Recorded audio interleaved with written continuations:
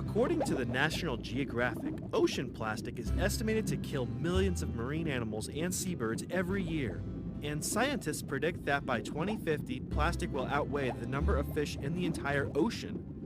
Plastics often break down into smaller and smaller particles, called microplastics, which can be ingested by both animals and people and remain in our environment for hundreds of years or longer.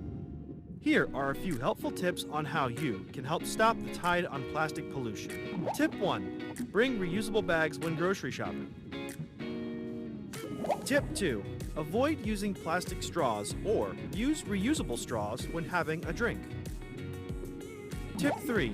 Drink from a reusable water bottle instead of buying individual bottles.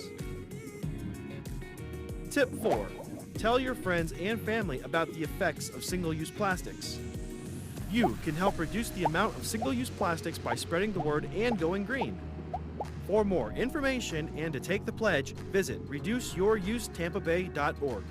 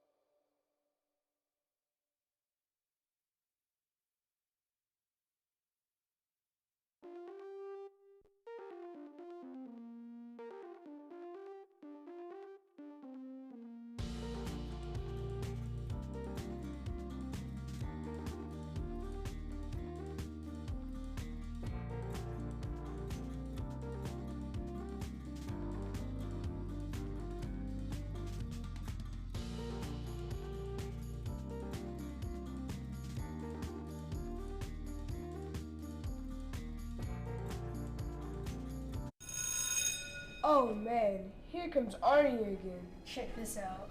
What's up, Arnie? What are you doing? You made a mess in my hallway.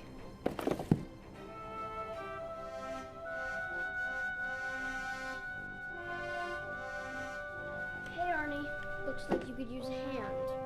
Let me help you. You don't need superpowers to be a hero. Help make Hillsborough bully-free.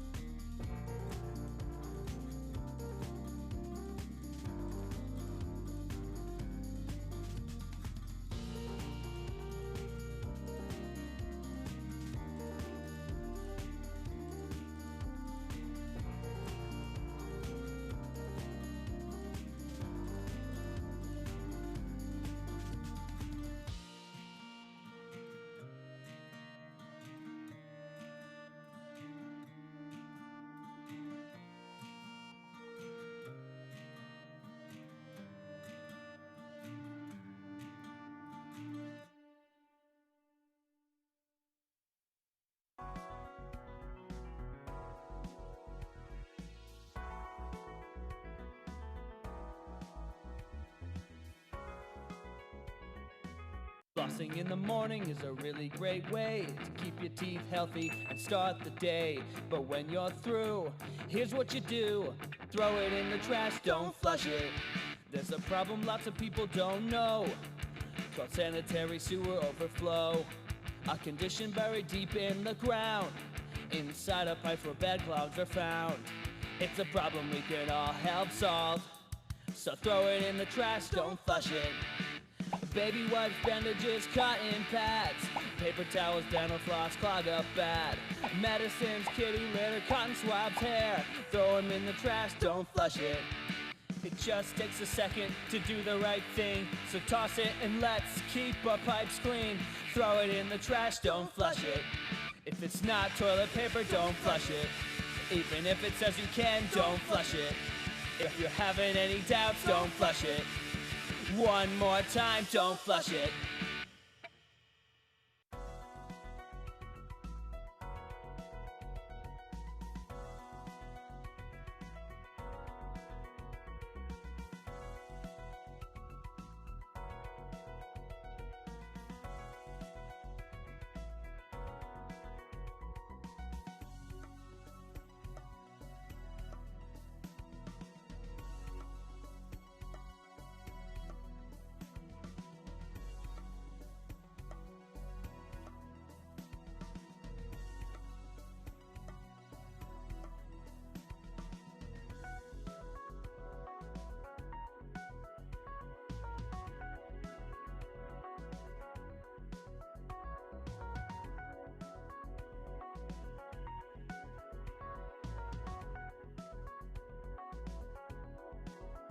Right now, as you're watching this video, there are over 40 million people getting trafficked against their will. And what makes it even worse is that stat is notoriously underreported.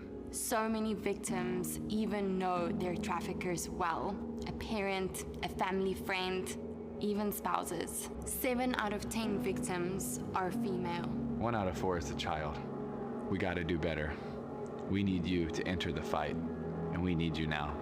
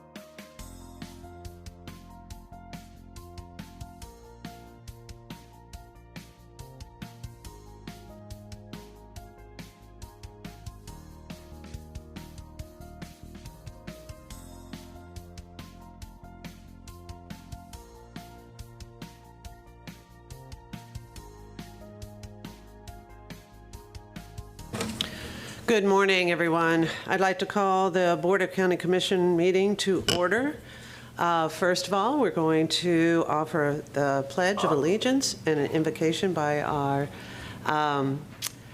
Board of County Commission member Myers, given that Commissioner White is not able to attend today. And you are recognized. Commissioner White. Thank you, Madam Chair, and good morning. Let us stand for the pledge and remain standing for the invocation. I pledge allegiance to the flag of the United States of America and to the republic for which it stands, one nation, under God, indivisible, with liberty and justice for all. Oh, gracious Heavenly Father, we come to you again thanking you for last night's sleep and our early rise this morning. We thank you for allowing us to be able to close this year out of the many, many services that you have allowed Hillsborough County and the City of Tampa to provide on behalf of our residents. We thank you for all of those who are our first responders, responding to the needs of our citizens in any way, shape, form, or fashion. We thank you for all the services, for the food, clothing, shelter, and for us being able to help those through COVID-19. As we continue to battle COVID-19, Lord, we ask that you would bless this nation, that we would understand in your name that COVID is real. And Father, as we close out the year, just thank you for all of our employees who provide the services on behalf of the county government. I ask that you bless and continue to bless the leadership of our county, the leadership of this board. Give us the direction in your name as you would want us to do your service, your will, and your way. Amen. Amen.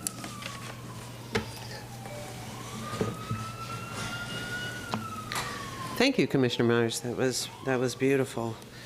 Before we move on to a wonderful opportunity to celebrate some amazing folks that live in our community, I wanted to just say how truly excited I am.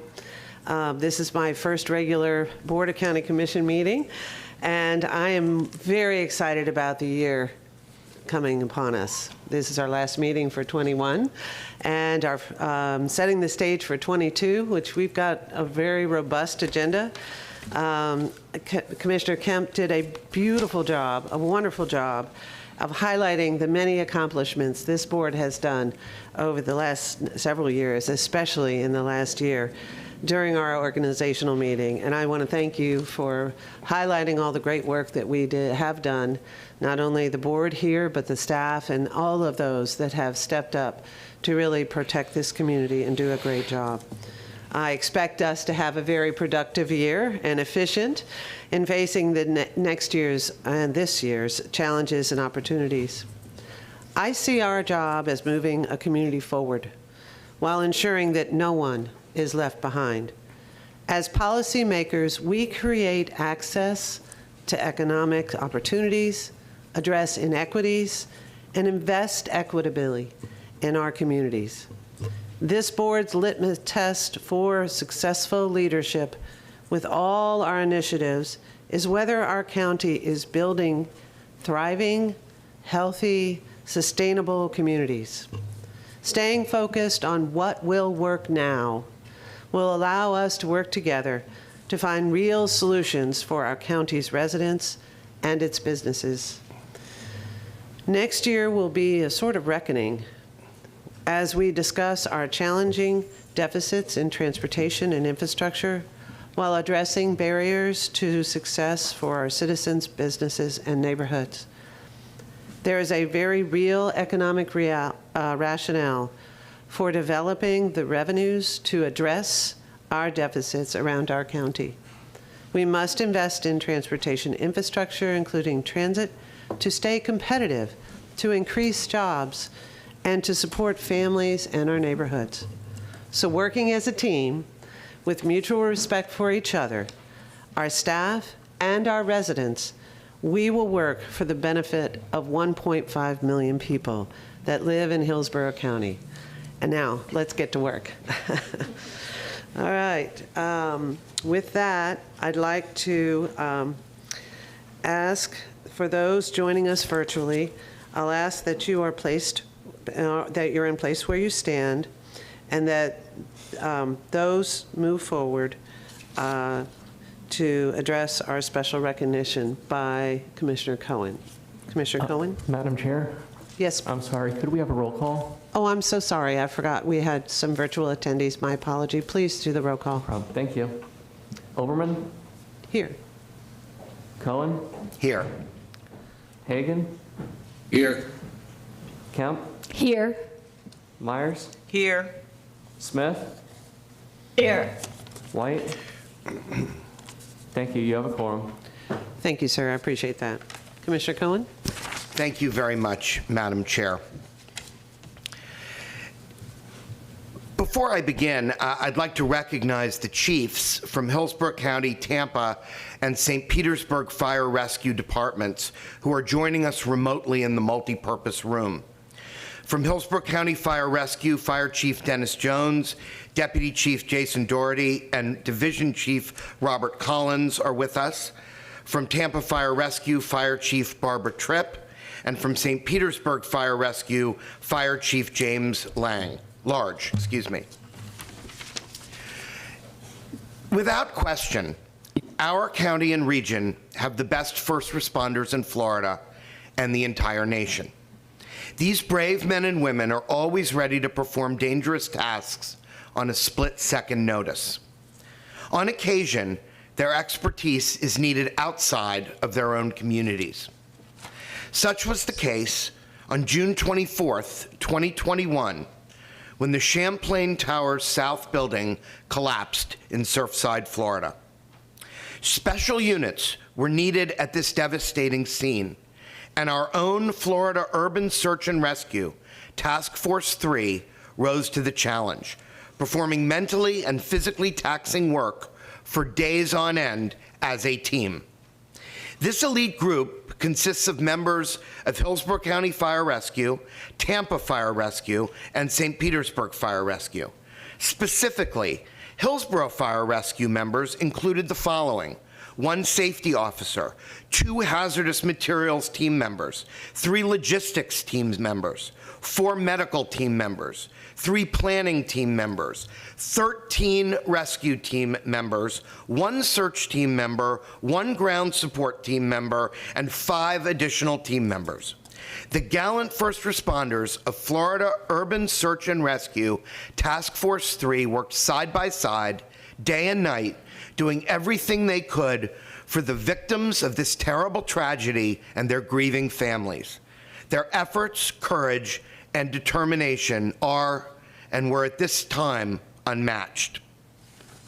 It's my pleasure this morning to ask a number of people to join me at the podium as we honor with a proclamation Florida Urban Search and Rescue Task Force 3. So I'd like to ask State Representative Andrew Learned, who has a special presentation this morning, as well as the following individuals: Captain Andrew Capoletti, Driver Engineer Ralph Mascaro, Fire Medic Adam Hayward, Captain Brandon Buchanan, Driver Engineer Matthew Cohan, Driver Engineer Jonathan Hamilton, Firefighter Jameson Hines, Lieutenant Jason Quinnett, Lieutenant Richard Moore, Paramedic Jonathan Blinky, and Firefighter Benson Kane. I'd like to ask you to all come up, and I'd like to present you with this proclamation from all of us here at the Board of County Commissioners.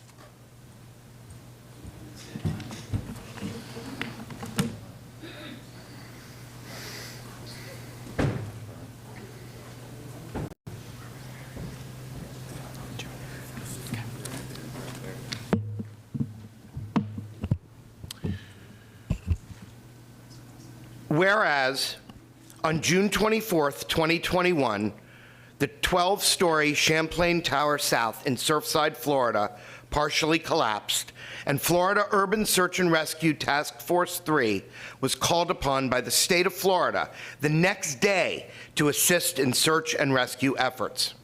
And whereas Task Force 3, led by Captain Andrew Capoletti from Hillsborough County Fire Rescue and Captain Brian Eichholz from Tampa Fire Rescue, was composed of specialists from Hillsborough County Fire Rescue, Tampa Fire Rescue, and St. Petersburg Fire Rescue. And whereas Hillsborough County Fire Rescue employees with expertise in numerous specialized search and rescue functions comprise half of this elite unit. And whereas once on scene, Task Force 3 members set up a small tent city for housing and team briefings, and throughout the week, the task force split into 2 groups and operated in 12-hour shifts around the clock, clearing debris and looking for signs of survivors. And whereas Task Force 3 members used every reasonable resource available, including heavy cranes to lift concrete blocks, canine units, search cameras, and listening devices. And when equipment could not be used, team members formed a bucket brigade to search for survivors, painstakingly removing debris by hand.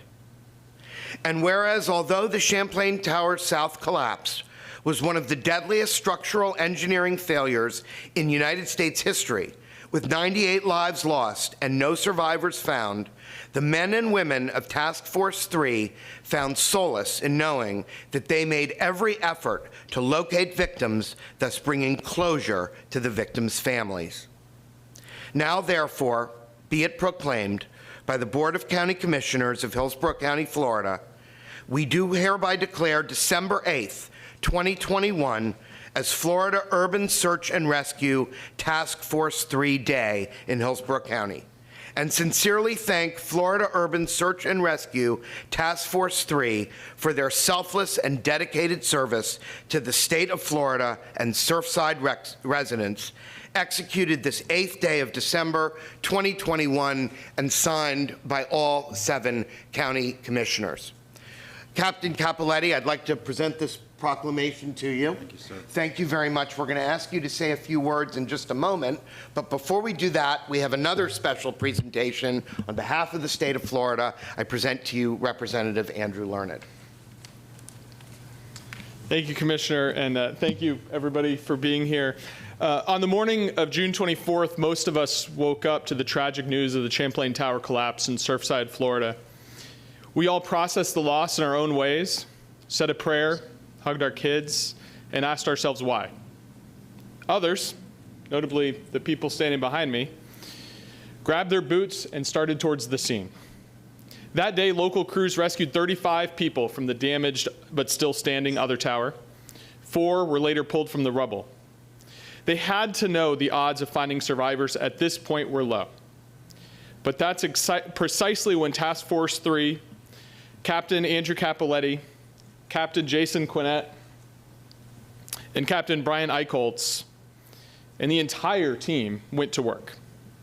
They left their families without knowing when they'd return, braved fires in the rubble below, storms above, and triple-digit temperatures, with all their gear on, to tunnel and dig by hand to minimize disturbances to the rubble that was at constant risk of collapse under their feet and above their heads. As hope faded to find any more survivors, they still labored on, never giving up until every victim was identified and returned to their families. 1 month it continued, 24 hours a day, 7 days a week, until the job was done. Captains, team, we are here simply to say thank you. We have separately thanked the statewide search, rescue, and recovery effort, but we're here today for you and your team. You didn't have to go, but you did. You didn't have to risk your lives for strangers hours away from home, but you did. And in closing, this is particularly personal for me. In the Navy, for those of you who know, I was my ship's damage control assistant responsible for shipboard firefighting. I don't know you guys, but I know your hearts. The men and women who go into the flames so others may live. To the 98 victims and their families, our hearts break with you. We say a prayer and resolve to build stronger and smarter so this tragedy never repeats itself. It has been frustrating to labor. It must have been frustrating to labor with such long odds stacked against you, to persevere when you knew, even you knew, hope was lost. But no matter the outcome, it is your service we are here today to honor and thank. On behalf of the people of Florida, via their House of Representatives, and from the bottom of my heart, thank you for a job well done. Captain Capoletti, would you like to say a few words? And we're also going to ask Chief Jones if he wants to come up and say a few words as well. Thank you. Good morning. This is an overwhelming privilege and an honor. The proclamation, all parties involved, we thank you very much. As the representative from Task Force 3, I represent a large body of men and women that have trained and prepared themselves for events like this. It was an honor for all of us. We went down there not knowing what to expect. It was a whirlwind. It was quite a busy week, but we went to the 12-hour shifts each, 24 hours a day.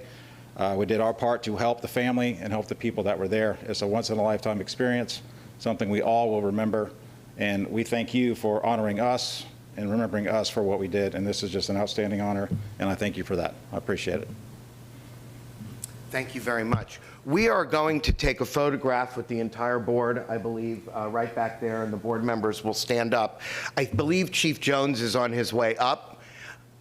Oh, he's downstairs. Okay, so he's, I think, going to say a few words from there, and then you're going to join him downstairs for a photo. That's the protocol. So why don't we go to Chief Jones now, and we'll assemble for that photo once he's done speaking. Thank you, Commissioner Cohen. I'm going to defer first to Chief Tripp from Tampa, then Chief Large, and then I'll make a brief comment as well. Good morning. I'm Barbara Tripp, Tampa Fire Rescue, City of Tampa Fire Chief. First of all, I would like to thank the men and women who every day train, put their lives on the line to help our community and make it better. On behalf of Mayor Jane Castor and the entire Tampa Fire Rescue, I want to thank the County Commissioners, Representative Learn, and County Commissioner Cohen for representing these young men and women today with this proclamation. It is an honor and a privilege. Thank you. Well, good morning. My name is James Large, Fire Chief, City of St. Petersburg. It's a privilege to be here today and to see that team standing up there, and very, very thankful to the Commissioner Cohen and Representative Learned for this recognition. They absolutely deserve it in my mind. They're such a great team. The proclamation said it, selfless dedication. They put others first, and their dedication is unparalleled. You go and watch them train. You know, they have to train every day to stay as a sharp firefighter, and then you add on top of it the responsibility of the task force, and it's just amazing what they do. So thank you very much for this. As Captain Capoletti said, once in a lifetime, that's what we hope. It's a career call, we call it. We hope we never have another one. But everyone can take comfort in knowing that if we ever have another one, this team's ready. They're outstanding. Great group of professionals. Thank you again. Thank you, Dennis Jones, Fire Chief, Hillsborough County. Commissioner Cohen, thank you. Chair Overman and all members of the Board of County Commissions, we appreciate you taking the time to recognize this team, and for Representative Learned as well. These men and women spend hundreds, if not thousands of hours preparing themselves for this, and the team is very diverse. It includes engineers, it includes physicians, canines, and even an embedded PIO team from CDM, Hillsborough County CDM. So it took a lot of people to make this an effective response. This is something we train hard for and hope never have to use, but we're thankful that we were able to be there on the front line and try to help the families in dealing with this tragedy. And again, thank you for recognizing the outstanding work that this team does every day. We really appreciate it. All right, I think we're going to assemble for a group photo, and then you'll be joining the chiefs downstairs for another one. But thank you all for coming this morning. We appreciate everything that you do, and we're very proud of you all. Thank you, gentlemen. Come on back.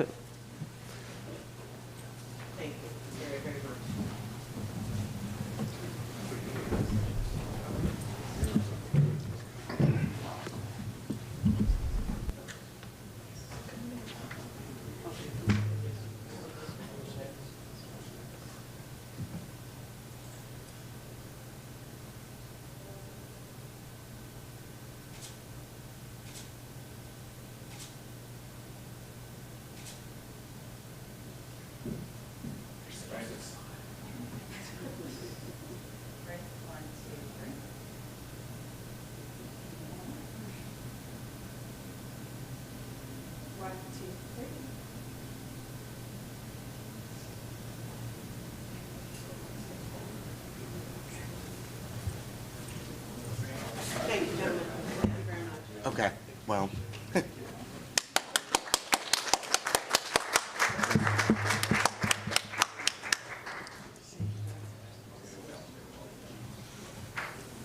Thank you, gentlemen. I truly appreciate the work you did. I happen to be with many of the leaders down from South Florida at a conference, and the pain and suffering that the leaders were feeling was tangible. And the good news is they knew we were coming to the rescue. And so I really want to thank the team for all that they did that day, as well as the month that followed. It shows how passionate we are in this community to take good care of everyone, and I truly appreciate that. They're going to do photos downstairs, so we can move on to the meeting. And Ms. Wise, we have changes to the agenda. Thank you, Madam Chair. We have one item that has been deferred. This is item A66. This has been deferred to a date to be determined, which is an agreement with Hillsborough County and Friends of County Parks and Recreation Department. We have one revision, correction to the agenda. This is related to future issue item 20272, which was for staff to provide the board with the final version of the Florida State Legislative Lobbyist Process Written Policies and Procedures upon completion. It was inadvertently written that this was on today's agenda, but this item will be completed via memorandum to the board by December 31st. We had originally removed one item for separate vote from consent. This was removed by Commissioner White. It was A55, which is a funding agreement with the Suncoast Community Health Centers and Tampa Family Health Centers. However, since Commissioner White is not here, that can just remain on consent. There is one item removed from consent for highlighting by Commissioner Cohen, which is item A41, which is approve a license agreement with the Crisis Center of Tampa Bay for square footage within the South Shore Community Resource Center to approve closer access for crisis intervention services and provide extended social services call center hours. At 10 o'clock, we have item D1, which is to conduct a public hearing to accept comments on the Consolidated Annual Performance and Evaluation Report, the CAPER. Item D2 is a public hearing to consider granting a non-exclusive mitigation management and access easement agreement to Tampa Bay Water to maintain existing wetland mitigation areas on the Dairy Farm ELAP site in accordance with the recommendation of the ELAP General Committee. Item D3 is a public hearing for street lighting districts for 2 new areas and modifies 1 area. Item D4 is to approve a resolution at 10 a.m. intent to use the uniform method of collecting a non-ad valorem assessment for non-ad valorem assessments to the impact fee assessment units previously created. At 10:15, item G2, which is related to item F1, is to receive a report from Healthcare Services Department regarding Hillsborough County Healthcare Plan Fiscal Year 20 Annual Report. Item F1 at 10:30 is Commissioner Meyer's item related to item G2, is to receive a presentation on expanding the eligibility requirements and services offered through the Hillsborough County Healthcare Plan. 11:15 will be a recess for lunch. At 1:30, there will be a special Environmental Protection Commission meeting. And then at 1:30, when we resume as the board, item F4, to approve the letter of support for H.R. 4946, the Manatee Protection Act of 2021. This is Commissioner White's item. And then at 1:30, item F3, Commissioner Smith's item, is to authorize the chair to send a letter on behalf of the board expressing concerns regarding gopher tortoises and to direct the county attorney to research whether Hillsborough County has the ability to make rules protecting gopher tortoises. Item B1 at 1:45 is to accept the County Internal Auditor's 2022 Annual Audit Plan. Item E1 at 2 o'clock is a special appearance by outside counsel to provide outside counsel Alan Zimmet of Bryant Miller Olive to provide an update on the status of obtaining a judicially approved process to refund the All for Transportation sales tax funds. Item E2 at 2:15 is a special appearance by John Flanagan, CEO, CareerSource Tampa Bay, to present their activity report. Those are the changes to the agenda. Approval? Second. We have a motion by Commissioner Kemp, a second by Commissioner Cohen. Can you do a roll call vote, please? Overman? Yes. Cohen? Yes. Hagan? Yes. Kemp? Yes. Myers? Yes. Smith? Yes. Motion carried 6-0. Excellent. With that, we move to public comment. The board welcomes comments from citizens about any issue or concern. Your opinions are valued in terms of providing input to the board members. However, it is requested at the same time when you address the board that comments not be directed personally against a commissioner or staff member rather than directed at the issues. This provides a mutual respect between the board members and the public. The board has set aside 45 minutes in the morning, immediately following the changes to the agenda, for public comment. At the discretion of the chair, the board may again hear public comments at the end of the meeting in the event that we're not able to address all the public hearing during that public comment during that 45-minute period. Anyone who wishes to speak virtually in person during the meeting may do so by completing the online public comment form found at hcflgov.net/speakup. The forum is open to the public to sign up for 48 hours prior to the start of the meeting. An option is also available to notify whether comments will be provided virtually or in person at the meeting. Additionally, in-person speakers will be able to sign up on-site via the kiosk or the smartphone the day of the meeting. For participants who wish to speak virtually who have completed the online form, an audio call number will be provided to you after the form is received by the county, and all speakers will be required to provide their name, email address, and telephone number on the online form. This information is being requested to facilitate the public comment process. Sign-ups for both virtual and in-person public speaking opportunities for public hearings and public comments close at 9 a.m. on the day of the meeting. The chair will call on speakers by name in order in which their requests to speak have been received. Prioritization on a first-come, first-served basis. The boardroom and the multi-purpose room are designated for speakers only. Those who come to County Center to watch the meeting and not speak will be accommodated in the lobby area. Only the first 12 person sign-ups will be allowed in the boardroom for public comment. Face coverings are strongly recommended and encouraged in the boardroom, although not required. The CDC guidance strongly recommends that unvaccinated people and those with weakened immune systems continue to wear masks. The multipurpose room will be available for those residents who sign up to speak after the first 12 persons have registered. Speakers are asked to leave the boardroom after sharing their comments with the board. All virtual speakers will be muted upon joining the meeting and will be unmuted after being recognized by the chair by name. Each speaker has up to 3 minutes to speak. With that, the first speaker that I have on the list for an on-agenda item is Ms. Clara Reynolds. Ms. Clara Reynolds, you're recognized. Good morning, everybody. Thank you so much for the opportunity to be here today. I'm here for a great, big, huge thank you. I'm thanking you in advance for your consideration of item A41, which will enable the Crisis Center to expand our services, particularly our sexual assault response in South County. We know that that has been a huge need that has been recognized not only by the community, but by our sheriff.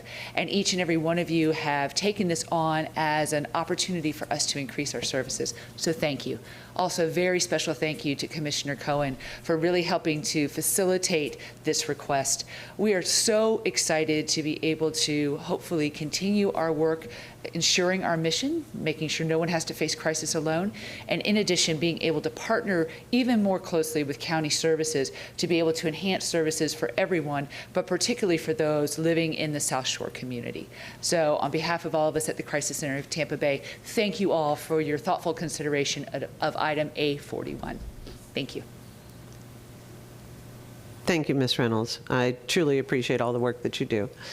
The next item, next speaker signed up to speak is Dr. Jim Davison.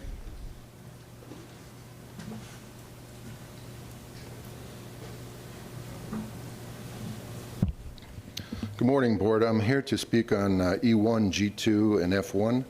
I'm sure that you are all grateful, and the people of this county are grateful for the work being done with the Hillsborough County Health Plan. The people of this county should be congratulated for continually financing the plan. You, the board, should be congratulated for directing the plan. The county owes a big debt of gratitude to the many members of the Healthcare Board for overseeing and shepherding the plan, many of whom have volunteered for decades, free. They have done their job so well that today you are asked to increase the eligibility income from 138% of the federal poverty level to 175%. I don't think there is anyone out there that would complain that someone making $22,000 a year needs a little help and deserves some health care from the plan. But before you make that decision, there are several things you should know. The average monthly membership in the plan is less than it was in 2008, 2009, when it was only 100% of the federal poverty level. Currently, the eligibility of 138%.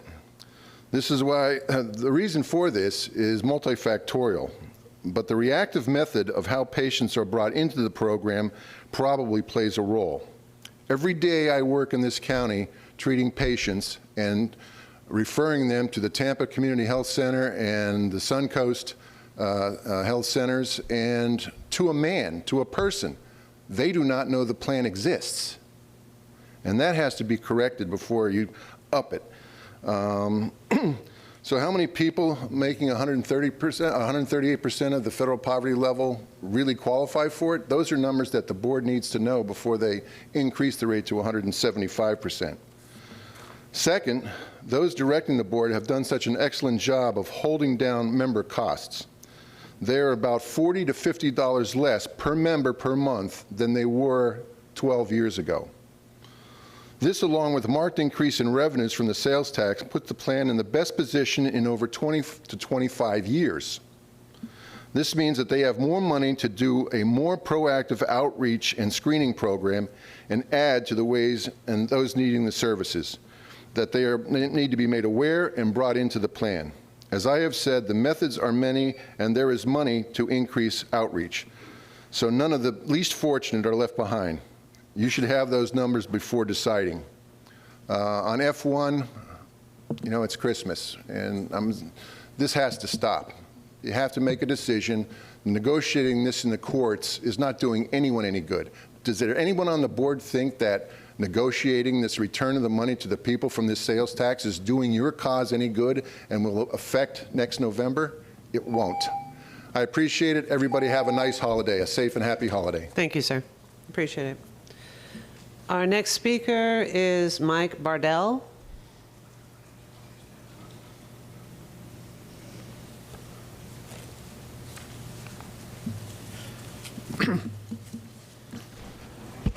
Good morning, Commissioners. My name is Mike Bardell, and I am the Chief of the Sun City Center Emergency Squad. I've been the Chief for almost 5 years now. For the sake of some of you that may not know who we are the only volunteer ambulance service left in the state of Florida. We've been in existence for 58 years. It costs the government nothing. We are self-supported and all volunteers. We do over 5,500 runs a year. But today, I am here to represent the residents of South County. A petition has been circulated and signed, and I have several thousand signatures of residents in South County. In the past few years, the county has authorized over 19,000 homes to be built.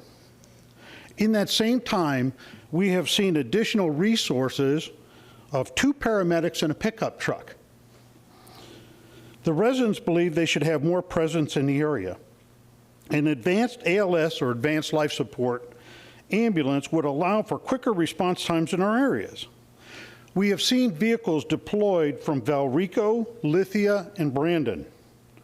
I have been told that Station 28, which is in Sun City, they have 2 ambulances there, and they rank number 2 and number 4 in the county for busiest. So they're busy along with us down there.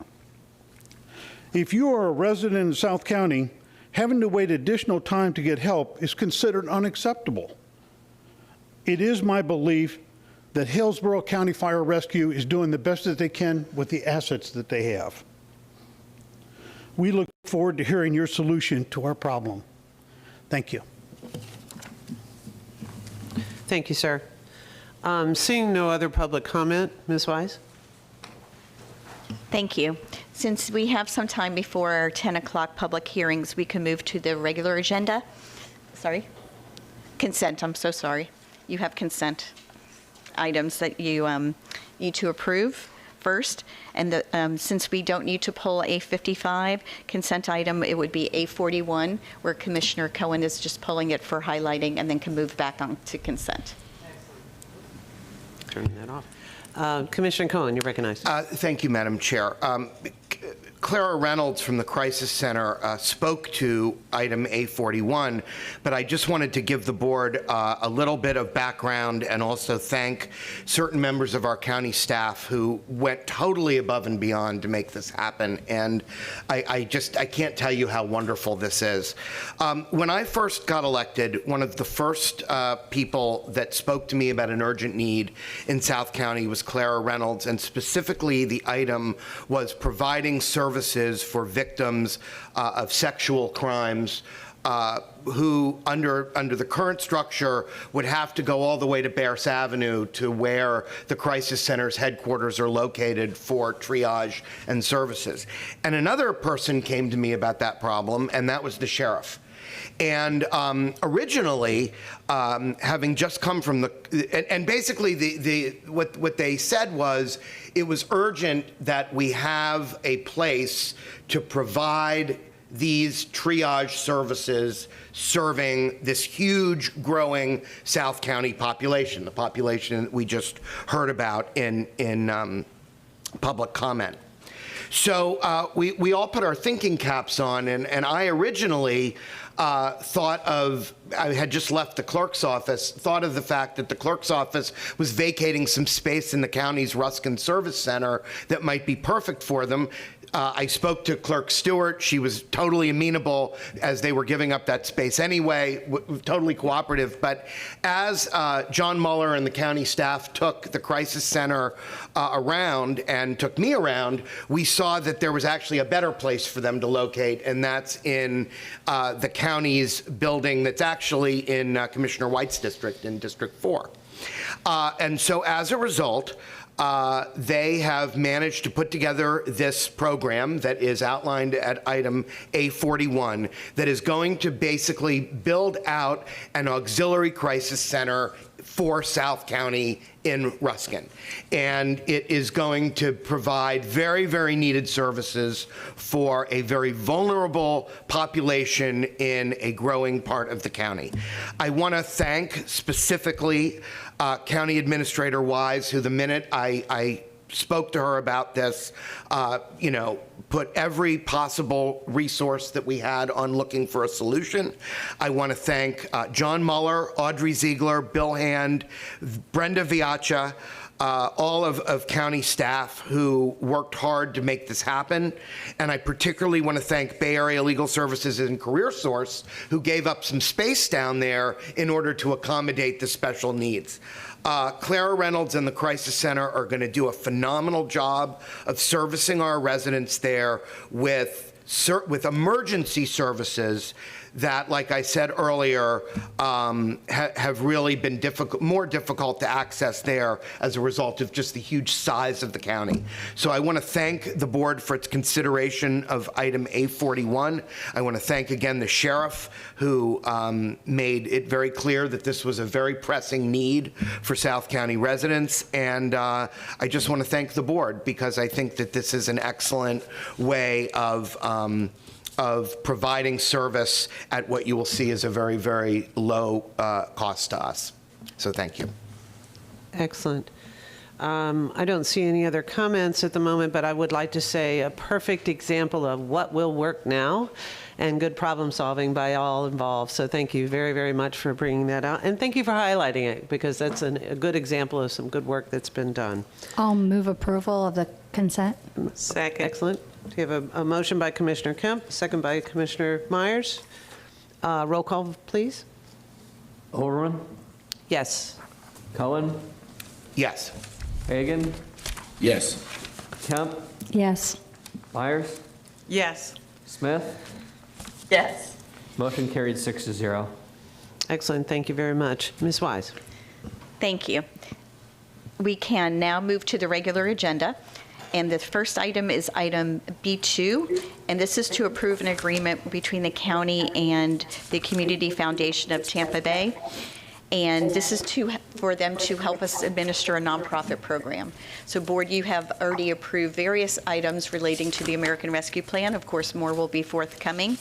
And this is consistent with the act in that supporting the public and health crisis and to lay a foundation for a strong and equitable recovery. So I'll let Tom Fessler go through the details of this proposal. Good morning, Commissioners. Tom Fessler, Chief Financial Administrator.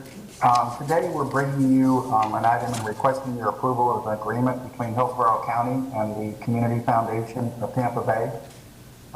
This agreement is for the Community Foundation of Tampa Bay to assist us in running an ARP-funded nonprofit program. We're also asking, as part of this agenda item, that you approve a budget amendment to accommodate this agreement and this program. And just a little bit of a summary on what we're asking today and how the program would work. The Community Foundation would basically administer it for us. They would set up an online application portal related to the program. Nonprofits within the area would submit applications through that portal. Community Foundation would review eligibility criteria. We have given them a set of criteria to use for evaluation of the requests from the different nonprofits. They would make payments to the nonprofits. They would provide phone and email support. And finally, they would also provide marketing and outreach activities. I know there's been a question as to what those marketing and outreach activities would be. The Community Foundation intends to, at the beginning of the program, provide a press release related to the program. The program would run basically from January of 2022 through July of 2022. The Community Foundation would also follow up with emails to over 750 nonprofits within Hillsborough County. They would also provide social media posts every few weeks through LinkedIn, Twitter, Facebook, and Instagram. And they would follow up also with mailing postcards out to local nonprofits. So they would have a very broad coverage over a very long period of time. So the nonprofits within Hillsborough County should be aware of the program. As far as the eligibility criteria, they're going to make sure that the nonprofits are principally located in Hillsborough County, that they're open and operating, that they have all their proper nonprofit documentation. And also they would make sure that there's an attestation from the nonprofits that they have had impacts from COVID-19.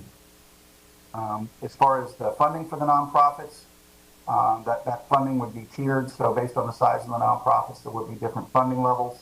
One of the primary reasons that we're doing this is the Community Foundation of Tampa Bay helped us out with CARES Act funding and ran a very similar program, and that was very successful. And so we're going back to them to assist with an ARP-related program. And so we feel like this is a good news item. It takes a lot of the administrative burden off of Hillsborough County itself, the county administration, and we feel like it'll be a very good partnership. And I'm available for any questions. Thank you very much. I appreciate the presentation. Commissioner Kemp, you're recognized. I'd like to move approval. And I'd just like to say, I think, I guess I heard, second, I heard. I haven't heard a second. Oh, okay. I think Commissioner Smith did online. Oh, okay. That's what I was noting. Okay, thank you. And I just wanted to say, I think it's a excellent strategy by staff, I think, to handle this. We're looking, this is their wheelhouse, the Community Foundation. They know the nonprofits and they know the work they do, and they know, this is what they do. And so I think it's a really creative and effective strategy for doing this and for making them a partner with the county in distributing this money. So I really applaud coming up with this strategy, thinking out of the box, I think, and I think it's a good way to move forward. Excellent. I don't see any other hands raised, so with that, we'll have a roll call vote. Overman? Yes. Cullen? Yes. Hagan? Yes. Kemp? Yes. Byers? Yes. Smith? Yes. Motion carried 6-0. Excellent. Thank you very much. Ms. Wise. Thank you. The next item is item B3. This is to approve and execute a two-year non-competitive agreement with Bay Area Legal Services for services connection with the Eviction, Diversion, and Housing Stability Program for Social Services. And this is a procurement item, so Scott Stromer will speak to this, as well as Audrey Ziegler regarding the program, but I believe the chair has a few words that she wanted to mention before we get started. Actually, I'll go ahead and hear the reports, and then I'll comment afterwards. Thank you. Perfect. Okay, we'll move on to Mr. Stromer then. Good morning, Scott Stormer, Procurement Services. Item B3 is asking the board to approve and execute a 2-year non-competitive agreement with Bay Area Legal Services Incorporated for legal services associated with eviction diversion and housing stability for the Social Services Department at a total cost of $650,000. Additionally, we're asking the board to authorize the county administrator or her designee to renew the resulting contract for an additional 2-year period. Bay Area Legal Services is the only known nonprofit source of economical legal services in the community. The notice of intent of sole source was properly posted and no challenges were received. In this case, there are no subcontracting opportunities for disadvantaged business or small business enterprises because this is a highly specialized non-competitive procurement where the subject services will be provided directly and exclusively by Bay Area Legal Services. The Procurement Services Department does recommend approval. The Director of the Social Services Department, Audrey Ziegler, is here to provide additional information and answer any questions the board may have about the program. Thank you, Scott. Good morning, Commissioners. I'm Audrey Ziegler, the Social Services Department Director. The agreement before you today has been in discussion and development for several months, so we are very excited to finally be able to launch these very necessary services with assisting our residents remain housed and ultimately avoid an eviction. Bay Area Legal Services will provide free assistance to professionally and effectively assist landlords and tenants in rental eviction disputes to primarily offer resolution options outside of the court system. The goal of this agreement are to decrease eviction filings, increase housing stability for low and moderate income renters, and to provide landlords with non-eviction options. These services will be offered in coordination with Hillsborough County Social Services Department to utilize our programs and services as tools in resolving cases where tenants are facing eviction due to non-payment. The scope of the work will include legal advice such as assisting with drafting demand letters for tenants to send their landlords, drafting pro se documents, provide tenants with instructions on when and how to file documents and deposit rent funds into the court registry, dispute resolution, litigation services such as last resorts to appear for tenants in court hearings, and expeditiously navigating and coordinating resources. Social Services has also hired a dedicated staff person to work closely with Bay Area Legal Services to provide priority access to resources for eligible residents, so programs such as the Emergency Rental Assistance Program can provide payment to resolve past due rent payments to resolve some of these cases. We will have information available on the Hillsborough County and Bay Area legal web pages very soon, and we will also verse our call centers to be able to be very helpful and get people connected. At this time, I would like to thank Commissioner Overman and her office for advocating for this program and working closely with me, I think, since February. And I want to thank the full Board of County Commissioners for your ongoing support of the programs and services administered by the Social Services Department. I will turn this over to Commissioner Overman now. We have a very long list of thank yous, and in order to not duplicate those efforts, I coordinated with her office so she can list out those names. But thank you to everyone, and I am available for questions if needed. Thank you, Ms. Ziegler. I will tell you the work that you do is monumental and heroic, and I am so thankful for all that you've done. And I can't tell you how excited I am on this agenda item. We've been working on it for quite some time, and it's great to see it come forward. My staff and I have been researching this specific issue for 1.5 years. And we've benefited from the help from so many and the expertise by so many of our community partners as we've tirelessly learned about eviction diversion and housing stabilization. We wouldn't be here today without the following individuals who shared generously of their time and expertise. From the clerk's office, Clerk Stewart, Doug Backey, Tim Simon, Mary Allen, and Angela. From the courts office, or from the courts, Chief Judge Figueroa, Administrative Judge Perrone, Court Administrator Justice General Counsel David Rowland, and Chief Deputy Angie Smith.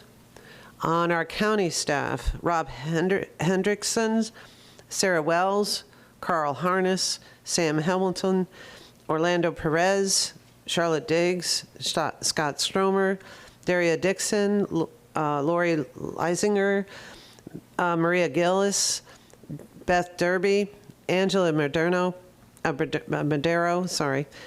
Ms. Wise, and Christine Beck. And from Bay Area Legal, Callie Burnett, Nicole DeRio, Tom DeFore. From the Community Law Program, Kimberly Rogers. From Unite Pinellas, Tim Dutton. And of course, Audrey Ziegler, who has worked tirelessly to find an amazing, innovative solution to a critical issue facing our residents. At every roadblock, there were many, she kept finding detours and kept trucking along. I am sure many counties will look to this program to be mirrored in their communities as it finds the right balance of diversion and legal assistance. I am thankful to Bay Area Legal for stepping up to the plate once again to assist, and we couldn't have found a better partner to implement this program. And so with a grateful heart, I'm going to pass the gavel to Commissioner Smith and move approval. I'll second. Excellent, excellent. And because I'm virtual, Commissioner Kemp, can you just let me know if there's any hands raised in the room? Yes, Commissioner, mine. Commissioner Kemp has her hand raised. Great. And I just wanted to say this is excellent, having worked for Bay Area Legal Services as a lawyer for several years, as well as my aide. And I think that may have been where we met. We're never quite sure about that. But anyway, and she spent a good decade maybe there. And I know the excellent work they do and the way they stretch the dollars, and they do so much with pro bono as well to engage everyone they can.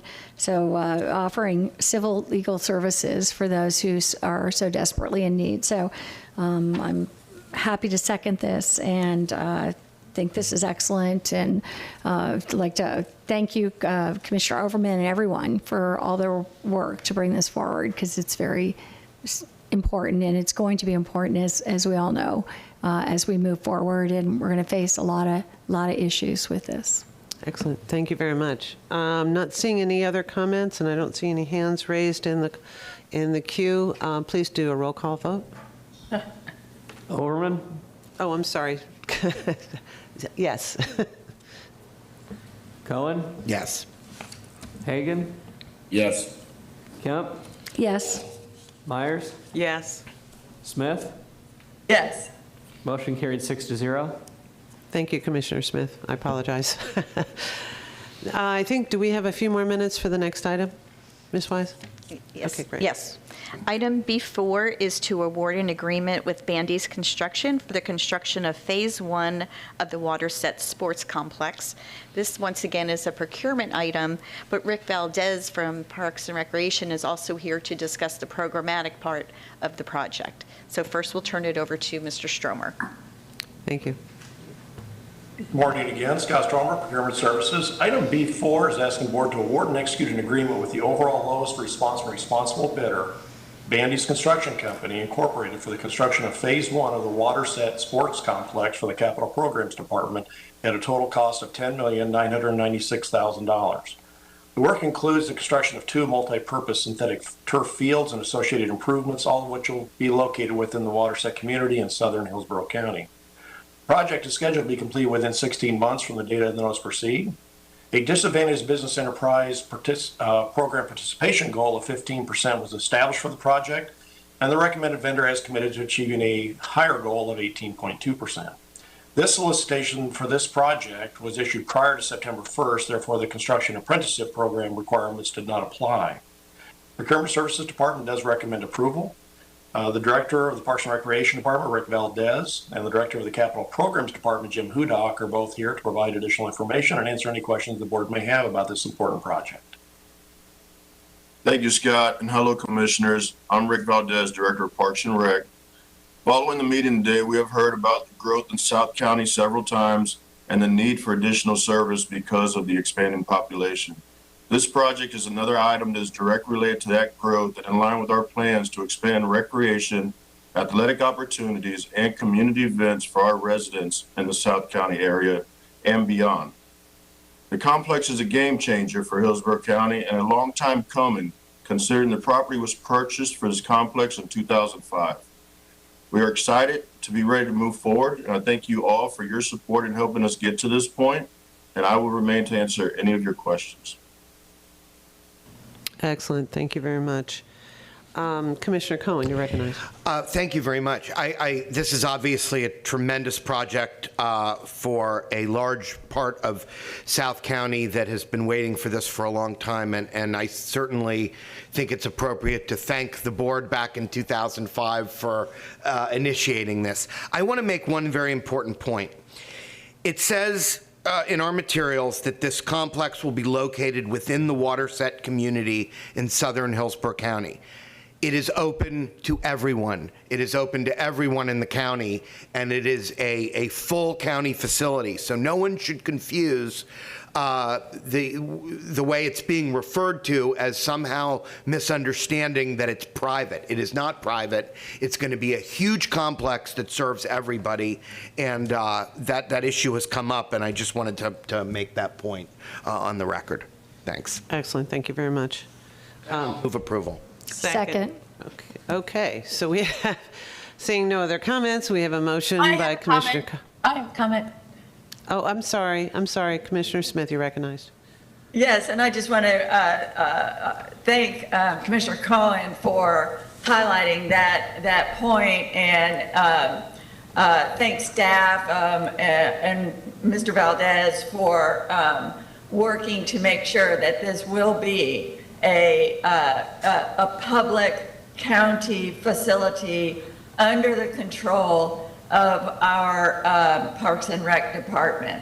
So I think that is worth highlighting, and is something that's been very important to me as we move forward with not only this, but similar projects like expanding the cultural center in South County as we move forward. It's awesome to have developers, especially large developments of regional importance like this, providing a space and working with the county to provide space for community amenities. But there's that balancing act when we do that to make sure that they are not only in name, but viewed completely as public assets. So, thanks. Thank you, Commissioner Smith. And we have a motion by Commissioner Cohen, a second by Commissioners Kemp and Myers. You can do a roll call vote, please. Overman? Yes. Cohen? Yes. Hagan? Yes. Kemp? Yes. Myers? Yes. Smith? Yes. Motion carried 6-0. Excellent. Thank you very much. And I'm going to speak very slowly because we're within 30 seconds of our 10 o'clock time certain. Ms. Wise.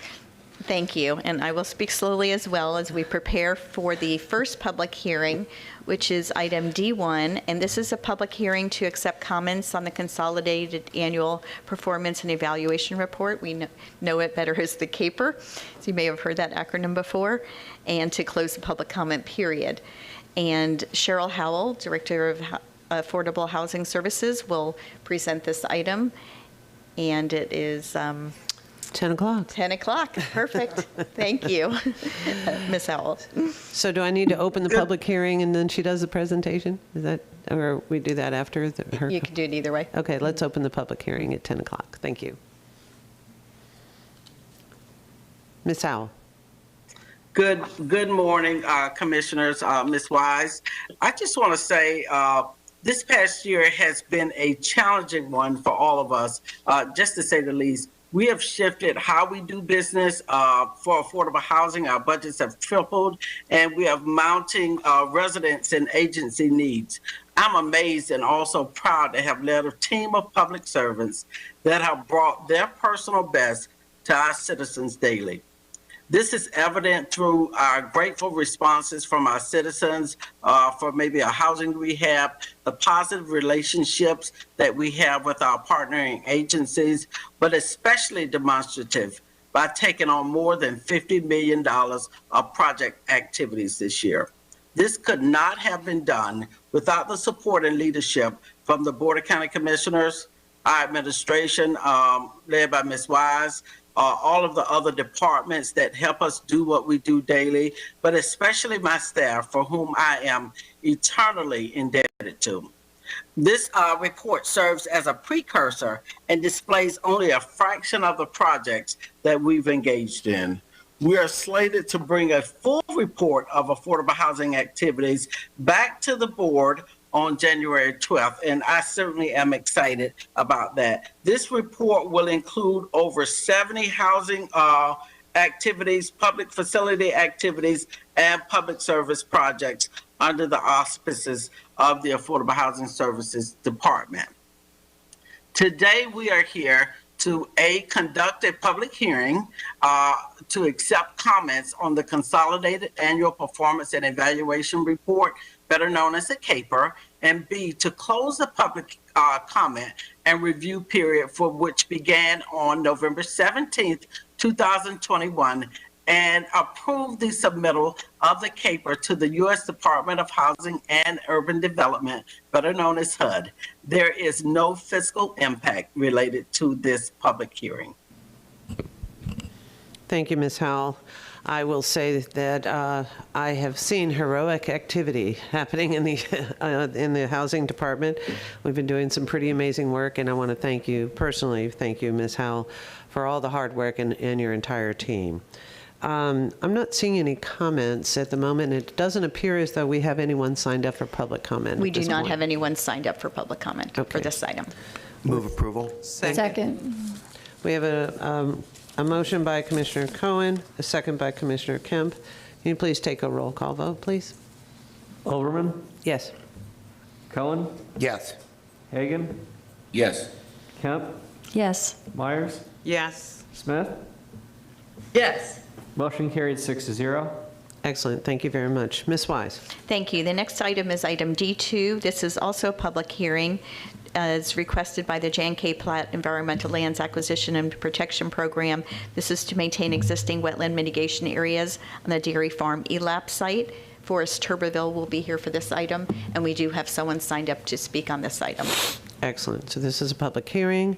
With that, we will hear from Mr. Turbeville, and then after that, we'll have public comment or comment. Excellent. Mr. Turbeville, you're recognized.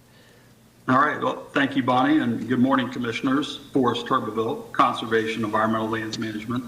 The item before you today is comprised of two parts.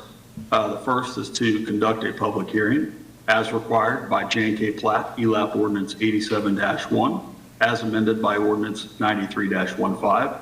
And this is to consider granting a non-exclusive mitigation management and access easement agreement to Tampa Bay Water to maintain existing wetland mitigation areas on the dairy farm ELAP site in accordance with the recent recommendations of the ELAP General Committee. The second part is to request your approval of a non-exclusive mitigation management and access easement agreement to Tampa Bay Water associated with this public hearing. The costs associated with this agenda item are limited to the cost of the public hearing advertisement, signage, and recording, which did not exceed $1,000, and can be accommodated in the current operating budget of the Conservation and Environmental Lands Management Department. This is a public hearing, and I'd be happy to answer any questions. Thank you. And not seeing any comment. We do have one person that signed up for public comment. That is, and I'll open that up for Andrea Collage. Please come to the podium. And you have 3 minutes, ma'am. Good morning, Commissioners. My name is Andrea College. I'm the Real Estate Coordinator for Tampa Bay Water. I'm available to answer any questions. Otherwise, I just want to thank Mr. Turbeville and Mr. Gremley for their help getting this easement through the process, and I'm available if you have any questions. Thank you. Thank you very much for joining us today. Move approval. Second. Okay. I have a motion by Commissioner Cohen, second by Commissioners Kemp and Myers. Please take a roll call vote. Overman? Yes. Cohen? Yes. Hagan? Yes. Kemp? Yes. Myers? Yes. Smith? Yes. Motion carried 6-0. Excellent, thank you. I'm detecting a trend here, so we'll move on to the next item. Ms. Wise. The next item is also a public hearing. This is to conduct regarding street lighting districts, and Josh Bellotti will present this item. Good morning, Commissioners. Josh Bellotti, Engineering and Operations Department. This item is our annual public hearing to adopt the resolution for annexations and modifications to the residential street lighting districts. As described in the agenda materials, this includes adding 2 new street lighting areas and modifying 1 area. This request is authorized by Ordinance 17-17, and these modifications have met all requirements of the Hillsborough County Consolidated Street Lighting Special Purpose District. This public hearing was duly advertised in Tampa Bay Times in accordance with statutes. I'll be happy to answer any questions you may have. This is a public hearing. Thank you very much. I'm not seeing any questions, and no one has signed up for public comment. With that, I'll entertain. Move for approval. Second. Move approval by Commissioner Myers, a second by Commissioner Cohen. Please take a roll call vote. Overman? Yes. Cullen? Yes. Hagan? Yes. Kemp? Yes. Myers? Yes. Smith? Yes. Motion carried 6-0. Excellent. Thank you very much. Ms. Wise. Thank you. The next item is item D4. This is to approve a resolution to state the Board of County Commissioners' intent to use the uniform method of collecting non-ad valorem assessments, and Beth Chanella will take us through this item. Thank you, Bonnie. Good morning, Commissioners. Beth Chanella, Director of Water Resources Department. Item D4 is a public hearing to adopt a resolution stating the board's intent to use the uniform method of collecting a non-ad valorem assessment related to Impact Fee Assessment Unit 21101, which was created on February 17, 2021. This action does not create any new Impact Fee Assessment units, but ensures that all parcels are included in the tax collector's 2022 tax roll. This is the public hearing. Thank you very much. I appreciate that report. I'm not seeing any hands raised or any public comment at the moment, so I'll entertain the board's pleasure. Move for approval. Second. I have a motion by Commissioner Myers, a second by Commissioner Kemp. Please take a roll call vote. Overman? Yes. Cullen? Yes. Hagan? Yes. Kemp? Yes. Myers? Yes. Smith? No. Motion carried 5-1. Commissioner Smith voted no. Excellent. Thank you very much. Next item, Ms. Wise. Yes, we have an item at 10:15 regarding receiving the Healthcare Services Department, and you may waive your rules. They are available. They're ready if you would like to take item G2. Yes, ma'am. Thank you very much. I'll entertain a motion to Move to waive the rules. Okay. Second. Commissioner Cohen waived the rules, a second by Commissioner Myers. A roll call, please. Overman? Yes. Cullen? Yes. Hagan? Yes. Kemp? Yes. Myers? Yes. Smith? Yes. Motion carried 6-0. Excellent. Ms. Wise. Thank you. So this is item G2. It is related to item F1, and this is to receive a report from Healthcare Services Department regarding the Hillsborough County Healthcare Plan. And Jean Early and Dr. Curran will present this item. Excellent. Thank you. Yes. Good morning, Commissioners. I'm Gene Early, Department of Healthcare Services. And Dr. Curran, are you available at this point? I'd like to introduce him. Dr. Curran is our chairman of the Healthcare Advisory Board. And each year he comes and provides some additional comments in addition to our report. And I will turn that over to Dr. Curran. Dr. Curran, you're muted. Welcome, Dr. Curran. You're recognized. I forgot to unmute. Sorry, technical. I'm John Curran, and it's my privilege as the chair of the Healthcare Advisory Board to deliver our formal report for fiscal year 2020 to the Board of County Commissioners. So Chair Overman, distinguished commissioners, Administrator Wise, and the dedicated healthcare services staff members, on behalf of the Hillsborough County Healthcare Plan stakeholders of our community and the plan participants, it's my privilege to make a few comments and then turn over to Commissioner Myers. I have served since 1991 on the Healthcare Advisory Board, So I've seen lots of changes come and lots of efforts. I've been chair perhaps for a decade. I'm 81 years of age, so it won't be too much longer that I get to have this privilege of recognizing the achievements of this community citizen stakeholder board in advising the county commissioners relative to our patients and clients who need services, both clinical and mental health in our community. Just a reminder and a couple of highlights. Item G2, I believe, is the document, and you have it. It's a very nicely done document and elegant in its graphics and portrayals. But I want to remind everyone that the mission of the Hillsborough County Healthcare Plan is to assure, within available resources, underlined, the delivery of quality health care for the county's eligible, medically poor residents, as well as others who lack health care coverage. In order to do that, we provide care to about 15,000 at one time current clients of the plan. A few quotations from my submitted report that is at the beginning of the actual report.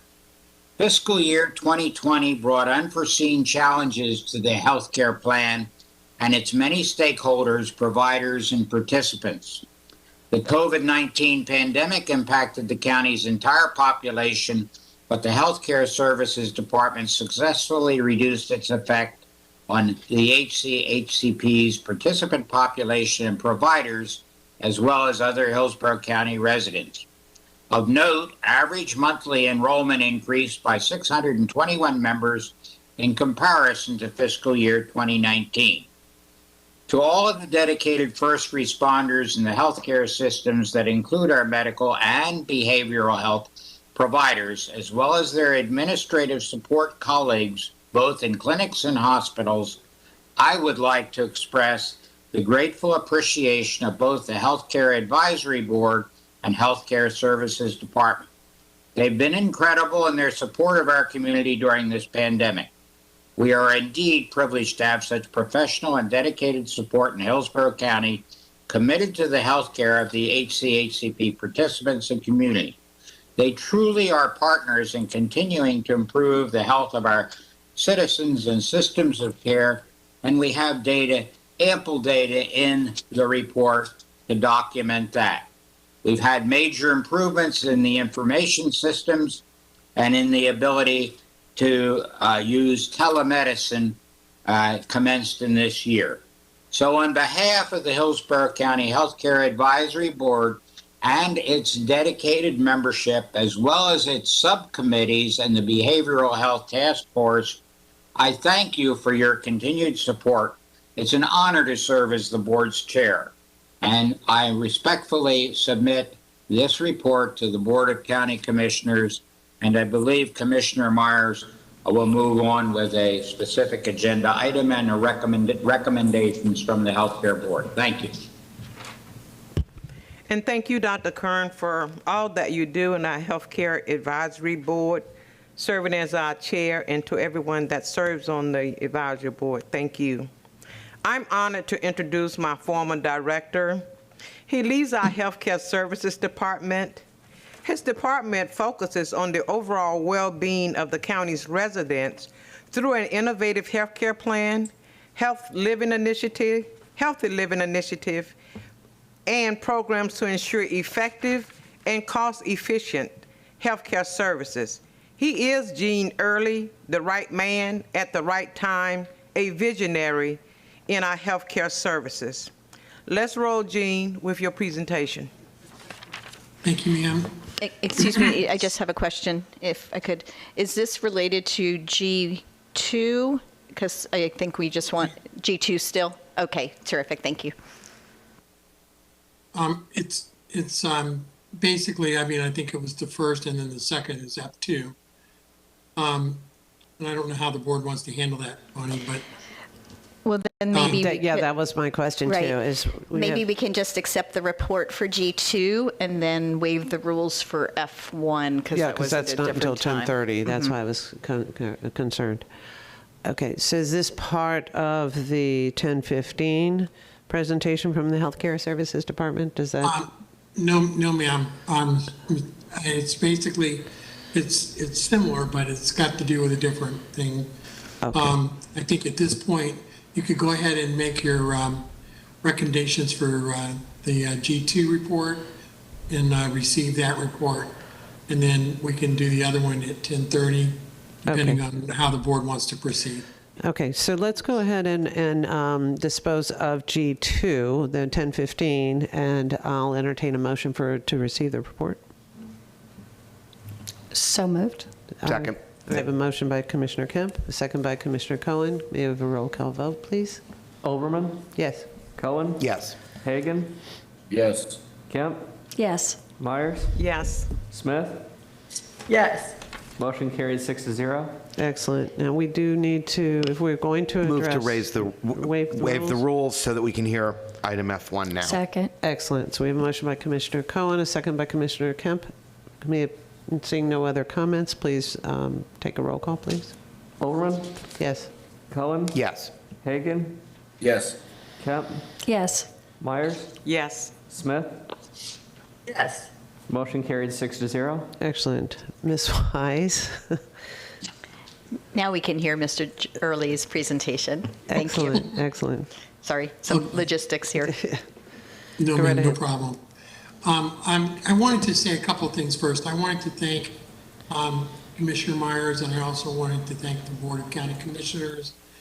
I'd also like to thank Bonnie Wise and the executive team and Carl Harness for their support as we move this forward.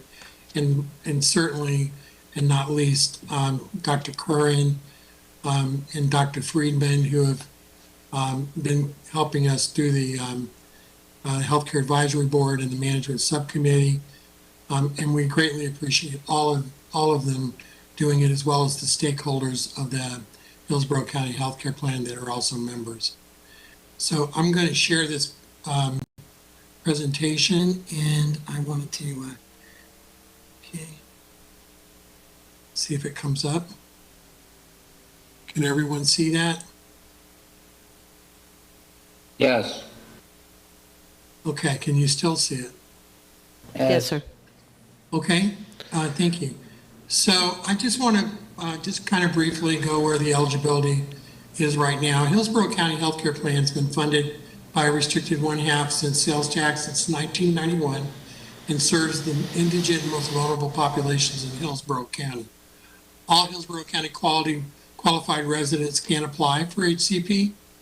Healthcare services personnel who determine who qualifies, they determine them by saying that they must be a legal documented United States resident, be a Hillsborough County resident, have income at or below 138% of the poverty level, have assets within our established departmental guidelines, and not be eligible for any other coverage through another state, federal, or private insurance program, except as specified in our plan descriptions.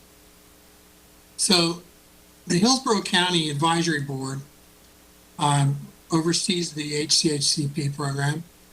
And basically the HCAB, in a joint meeting with the Healthcare Advisory Board's Management Subcommittee, unanimously recommended on October 14th that the Hillsborough County Board of County Commissioners approve expansion of eligibility and additional coverages to include the following: increase eligibility from at or below 138% of the federal poverty level to at or below 175% of the federal poverty level.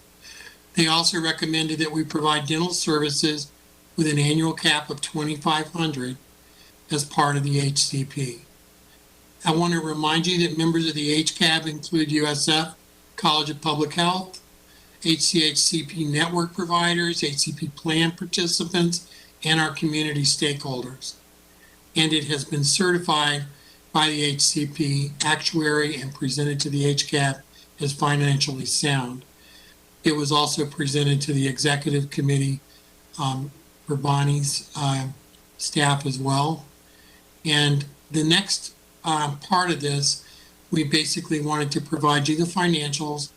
And as always, when we do the expansions, we rely heavily on our actuarial group. And so Ms. Jackie Lee and Tracy Hughes will provide a little bit of their background, and then basically from there go ahead and present their recommendations as well. So Jackie, do you want to start? Yes. Thank you, Jean, and thank you everyone for your time today. We have been serving this group for since 2014, doing a lot of work, deciding whether or not to expand benefits, which has happened in the past.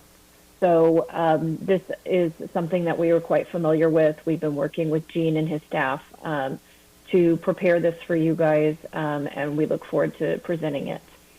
The next slide, Gene, please. Okay.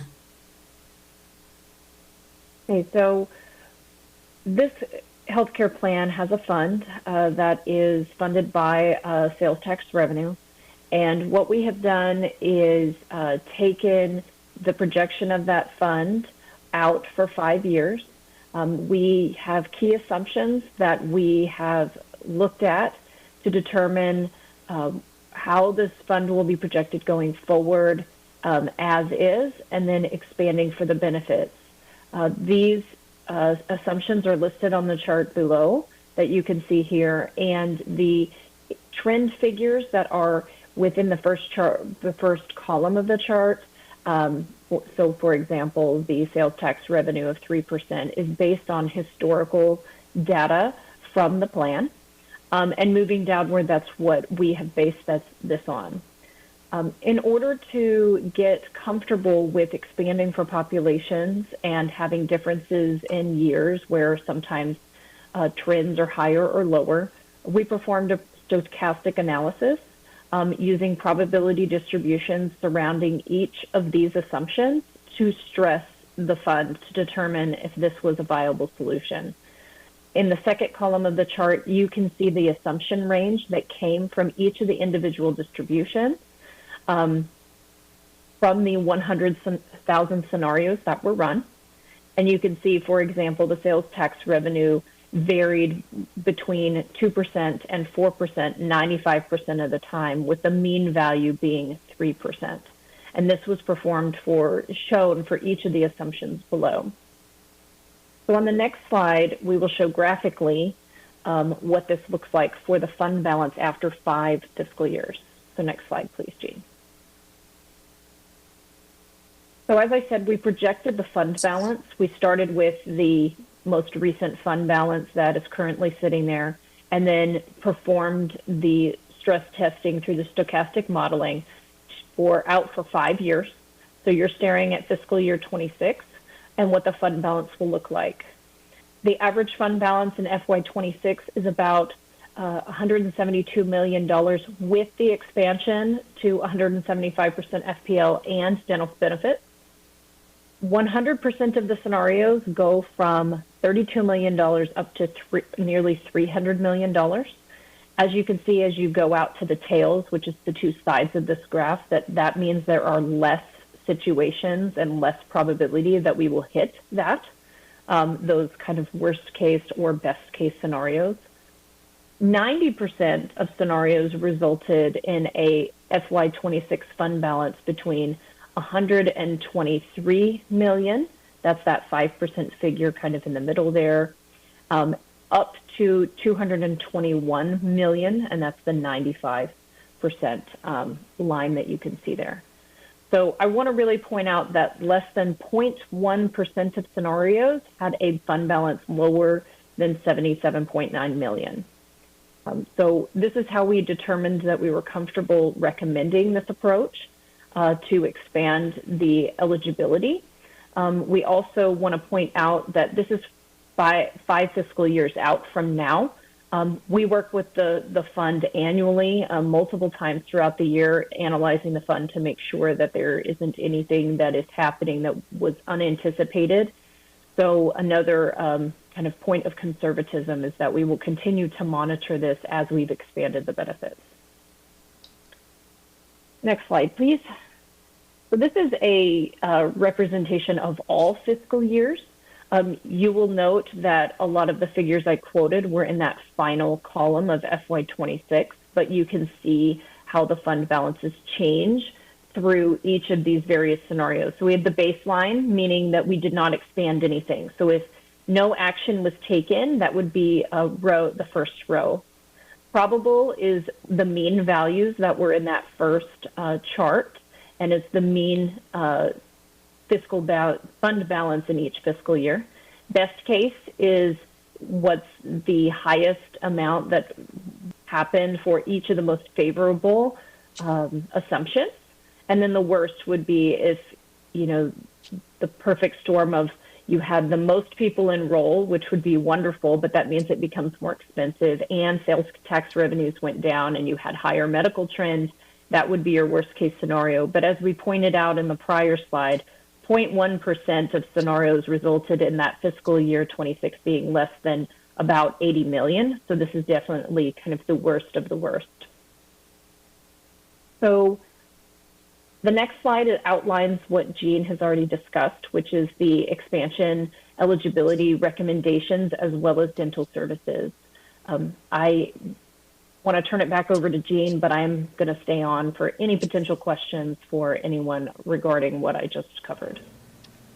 So thank you, Jackie. And for this, I wanted to just say two things. One is that we, as the department, are recommending that you approve the expansion of eligibility from at or below 138% of the federal poverty level to at or below 175% of the federal poverty level for the Hillsborough County Healthcare Plan, and that you approve the addition of the dental services as a covered benefit for the Hillsborough County Healthcare Plan with an annual cap of $2,500. We're very, very pleased that we're able to do this. And I also want to, I would be remiss if I didn't thank Commissioner Myers for her kind words. And, you know, I appreciate it. And so at this point, I'll stop there. Thank you, Jean Early. We really appreciate it. Commissioner Myers, you're recognized. Thank you, Madam Chair. First, I'd like to move the item. Second. Thank you. So in terms of both recommendations? Yes. So your motion is to approve both recommendations or to accept both recommendations for approval? Yes, the eligibility and dental services. Excellent. We have a motion by Commissioner Myers, a second by Commissioner Cohen. Do I have any? Oh, yes. Commissioner Kemp, you're recognized. Yes. I'd just like to, again, thank you for making this recommendation. I'm glad to hear that we can do this. I always try to remember, actually, Phyllis Buzansky, whenever we talk about the health care plan, because she was such a champion, and it's really a remarkable plan that our county should be so proud of what we do with it. And it's good to know that we can actually use these resources or have capacity to do a bit more. Certainly pleased to raise the poverty rate, the rate that we can help people with, and also dental, and also dental plans, and provide the dental plans on this to people, because that is so critical and so important to health, and so difficult to get at times. So this is a really wonderful opportunity for us as we move forward, and I'm really pleased to see this. Excellent. Thank you, Commissioner Kemp. Commissioner Cohen, you're recognized. Thank you very much. Commissioner Kemp said it very well, and it made me smile to think of Phyllis Buzansky, who really was so instrumental in setting up this program, and she's been gone for over 10 years, and it's really wonderful that her legacy lives on in this way. And finally, Commissioner Myers, thank you for your work on this, because we are really today giving our community something going from 138 to 175% means that people are going to qualify for this who are falling through the cracks. And that is really what I think we're here to do, is find ways to help people who are, for one reason or another, just missing the eligibility. And this is just a great holiday gift, I think, to our entire community. And to add dental to it on top of it is really so significant and a wonderful benefit. So I'm really grateful to be able to support it. Thank you. Excellent, thank you. And Commissioner Myers, do you want to make another comment? I'd like to add to. Yes. And the last thing, let's just go out, county administrator-wise, with your staff and promote this in the community so that everyone would know what we just have approved that helps so many citizens in our community. Thank you. Excellent. Thank you. This is another great example of not only the legacy that Buzansky as a commissioner on this board left us in so many ways of what will work now, how do we make this work, and our commitment to public health.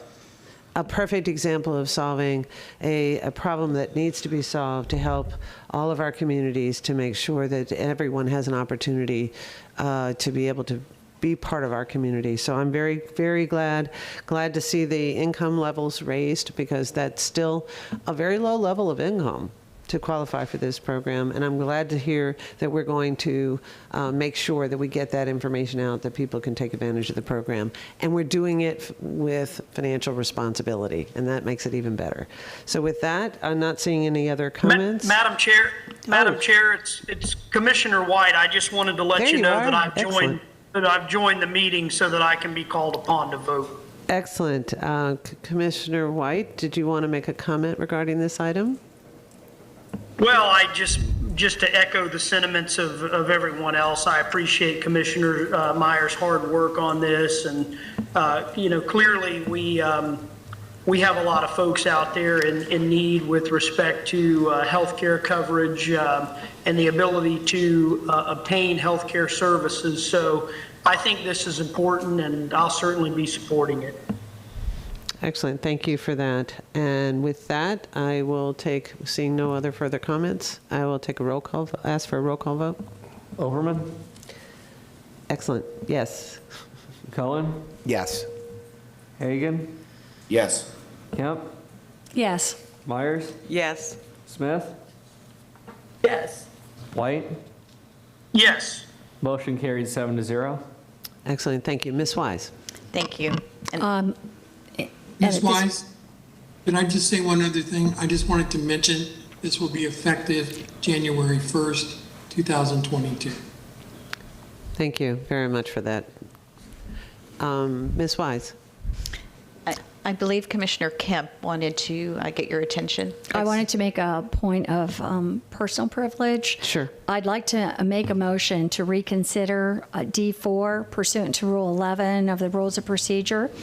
I wish to reconsider this vote so that I can vote no on D4. I'd also like to speak to it for a moment, but this motion is allowed under the rules because I was on the prevailing side, and it's being made at the same meeting as the original vote. Excellent. You're recognized for making that case. So we have to reopen the public hearing at this point? Since there was no public comment, you can simply handle the reconsideration and the vote. There was no public comment, so Okay. It's okay. All right. So we'll open item D4 for reconsideration. I guess I'll second that motion. This is Commissioner White. Excellent. So we have a motion for reconsideration by Commissioner Kemp and a second by Commissioner White. And do we have to take a vote at this Yes, time, correct? We'll take a Yes. vote for reconsideration, right? Right. Excellent. Take a roll call, please. Overman? Yes. Cohen? Yes. Hagan? Yes. Kemp? Yes. Myers? Yes. Smith? Yes. White? Yes. Motion carried 7-0. Excellent. Commissioner Kemp, you're recognized. Thank you. I have to speak to this. I can't, and I'm sorry that I had not noted it prior. But any rate, I have over the years, and originally 1 to 6, raised this issue of our impact fee assessments that we did for water and wastewater that were not done on the homes as they are done, as I understand, in every county in the state of Florida, as well as the city of Tampa, the city of Temple Terrace, and the city of Plant City. In all of those places, this was our impact fees for wastewater and water, which are some of the most important impact fees that we have. And we know right now we have had some issues with how we move forward on this under our tremendous growth burden. But those fees were not assessed as they typically were everywhere else as part of the house. Like the property, like the roads, like everything else. Instead, they were put on the developer, instead of the developer paying those initially, they were put on the tax rolls. It was a unique to Hillsborough County, and it would be some $4,000 to now $7,000, $8,000, $9,000 to be put on the tax rolls. And so when the homeowner bought that house, they would go for 20 years paying this bill that looked as if it was a tax that we were charging, but it wasn't. It was an opportunity for developers to move this important impact fee off of the initial development and onto the tax rolls for the homeowner to do in a very ineffective manner. It's a burden on our clerk's office, and there's an extra fee assessment charged for that. It went over 20 years. So while people, could put it into their mortgages typically at a lower rate if there was a higher cost to the house, they could have it on their mortgages. Instead, they have a tax lien against their homes that could even bring them into foreclosure. It's been an issue from realtors. I heard from them about whether when a house is sold, where does that go? Who has to pay that? And people have, whether the lien continues, it has to be paid off by the new person after 5 years or whatever. It's over 20 years. It was I applaud this board after I brought it up for many times. We finally ended that program last year around this time with our new board, but we did have some residual collections out there. And last year I was very disturbed that it was something to my memory of $11 million or so that we again allowed to be placed on the tax rolls instead of, I think, appropriately done as everyone else does it and as it should be done, so that the homeowner is given the option of including that on their home and recognizing that it's a bill that they have and that they are able to presumably and most importantly pay at a lower rate of interest over time and not have a lien against their house for this specific purpose. So this time we have these properties that when the developers applied for this 377 properties, that was they know that it is at the pleasure of the board whether we take these properties on. We have not done this. This is from last year, and it's $569,000 again that we were going to put, and it's the final bills on those won't be, they're going to be on the clerk's rolls, and they'll be 20 years out that anyone could have this lien against their home. And I've done this motion to reconsider. I think there has been ample notice this time. We've had a whole year that whoever applied for this knew exactly what had happened last time, and I don't think that we should move forward with these properties and this amount for the next year, or for the next 20 years. My hand is raised. Thank you, Commissioner Kemp. Commissioner Smith, you're recognized. Thank you. And thank you, Commissioner Kemp, for going back over the issues with this. I move denial of this final batch of these water assessment units. As you note, the board had been moving towards sunsetting this for some time, and the final batches were passed on very slim margins. But I have consistently been a no on this whole process. It's a bad deal for the taxpayers. It's a bad deal for the county. It's a bad deal for the water department. It's a bad deal for the new homeowners. And I've been consistently a no on every single batch of these since I finally figured out how bad it was when I first got here, thanks largely to Commissioner Kemp's continued advocacy. And so thank goodness this is the last batch. The program is now sunset, but I won't, I can't vote yes. I've been consistently a no on every batch, and I'll be a no and remain a no on this last batch. Thank you. So, Commissioner Myers, you recognize? Thank you, Madam Chair. I'd just like to ask for a point of clarification. Sure. Your mic's not on, ma'am. Oh, I'm sorry. Thank you. Ask for a point of clarification because we just voted for this item in the meeting, the first part of the meeting, and now we want to ask to rescind and revote again when we had a 5-to-1 vote. Is this something that we could perhaps revisit and come back and bring this back in January? Or will we have to take action today? Commissioner, I'm going to see if Hank Ennis or Beth Schnell are on to give me some help with this, but what's really happening is Commissioner Kemp wants to change her vote to no, and so she needed to do a motion to reconsider to do that, and you've reconsidered it. At this point, it would be appropriate to entertain a motion for whatever the board's desire is, but I will say that these assessment units have previously been approved by the board. This is really a process that is simply complying with the statute. I don't recall how Commissioner Kemp voted in the past, but very well, she probably voted no in the past.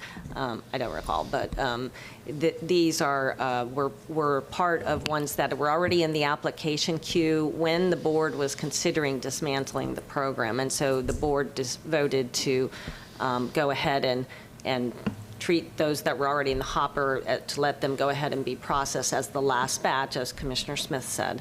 So you've previously addressed the formation of these. Commissioner Kemp, you're recognized.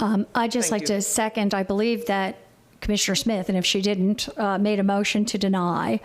And so I'll second that motion to, it's not, I don't want to just change my vote. I want the board to reconsider.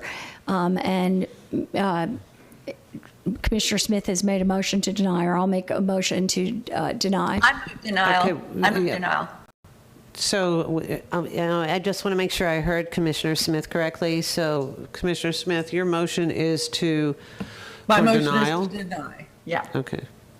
So we have with that, I'd like to actually address the motion if there's no other comments. I see Commissioner Kemp, you have your hand raised. Is it in relation to the denial? I had my hand raised to just make the point I made. Okay, great, thank you.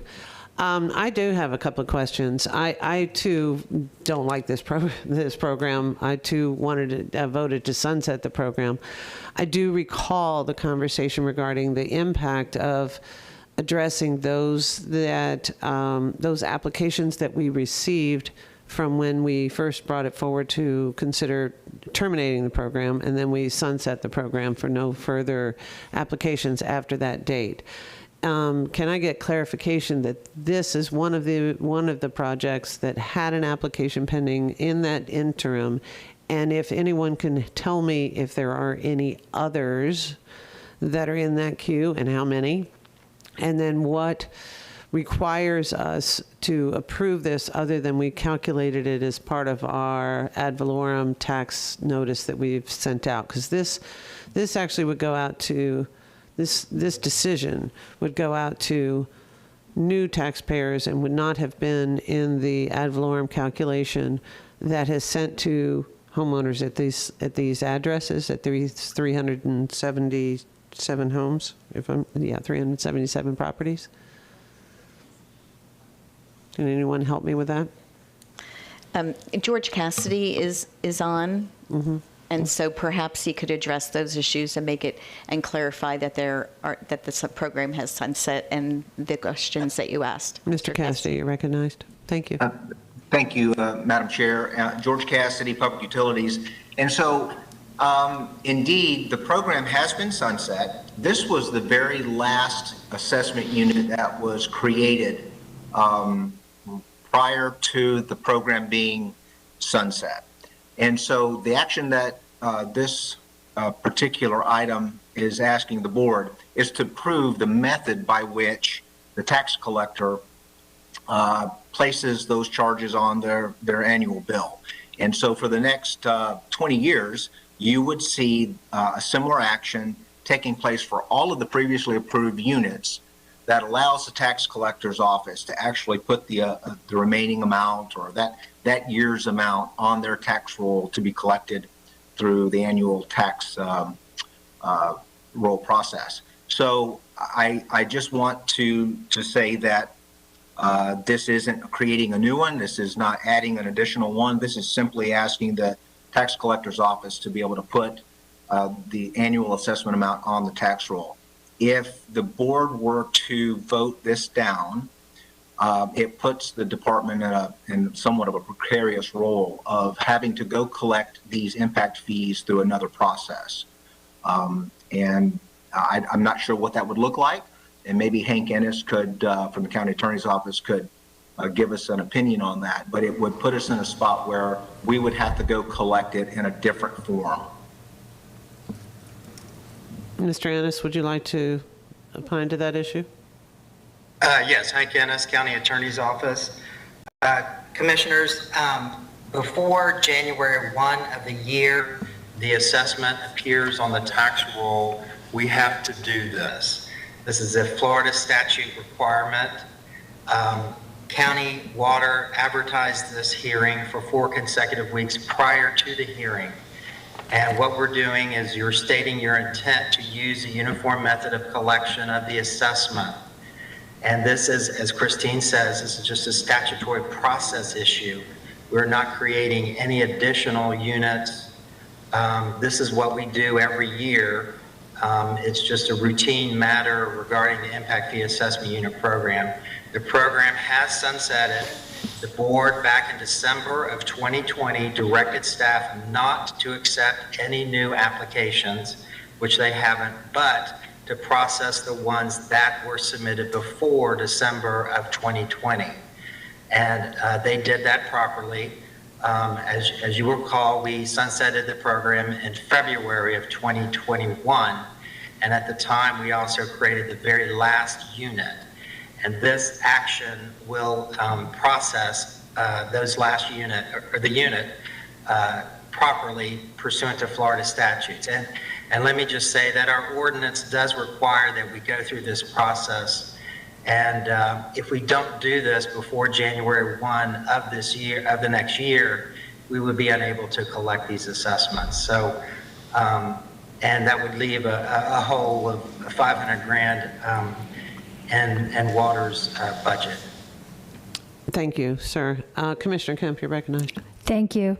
So these were, I had believed that there were a number of properties that were kind of caught between our time before we notified developers. So these are, and I see here, not new impact fee assessment units. So there's absolutely no, these are continuing on impact fee assessment units. They are not newly added units that were caught in that period. That's correct? Yes, these are not subsequent to December of 2020, no new applications were processed. These were all applications that were processed or submitted prior to the date the board clearly said no more applications. Submitted, but have these 377 properties ever been approved before? Yes, in February of this year, you established this unit by a resolution of the board. And that's when the unit was created. And I once see. again, So it would have been the unit that at the time I had voted no on, and okay. Clarified. Okay, great. Thank you very much. Commissioner Smith, you're recognized. Yes. Yes, this is the last batch that got passed on a 4-3 vote in February. It is the process, it was brought to us in a public hearing then, is brought to us in a public hearing now. It's not an administrative process. It's a public hearing, 2 public hearings where this board votes our conscience. Nobody is directing us to vote yes or no. And if we do not collect these impact fees by putting this 20-year loan with the usury fees onto these homeowners that makes them pay double the impact fee that the developer should be paying, well, I would assume that there would be some way to for the county to figure out how to make the developer pay this impact fee the way developers pay every other impact fee, the way the developers will now be paying these water impact fees from here on out. So it's not like we don't have a mechanism for collecting them. We will have a mechanism for collecting them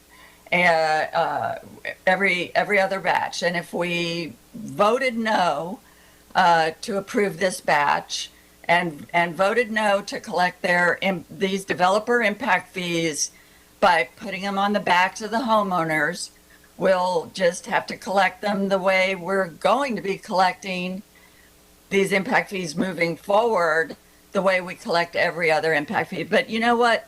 At the end of it, I don't care what the attorneys say about how my hands are tied and there's nothing else I can do but put this loan on the taxpayers. I've been a no. I am still a no. I think it's wrong. So my motion stands.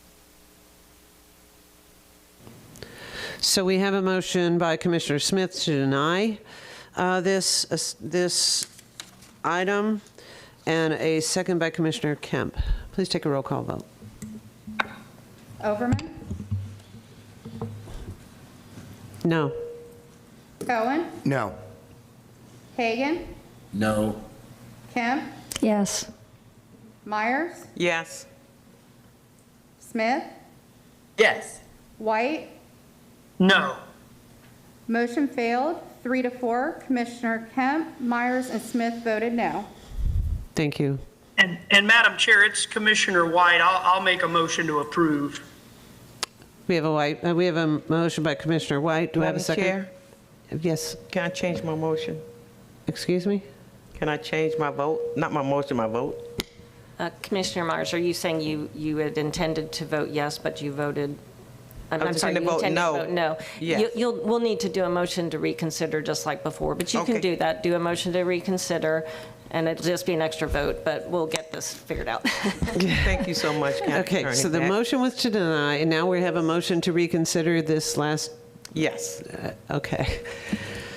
Do I have a second to Yes. motion to Yes, you reconsider? have a Okay, second. we have a motion Thank to reconsider from Commissioner Myers, a second by Commissioner Cohen. Please take a roll call.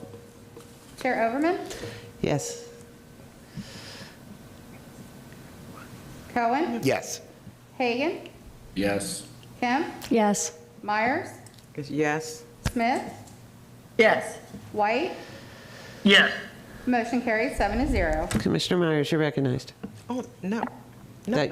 You wanted to reconsider that vote? Oh, this is the vote to reconsider. So you just did the vote to reconsider. Okay. You're now reconsidering it, and you can go back on to the, I can't remember, it was Commissioner Smith. It was a made the motion to deny. It was a motion Okay, to so deny we're by- reconsidering the motion to deny. Please take a roll call vote.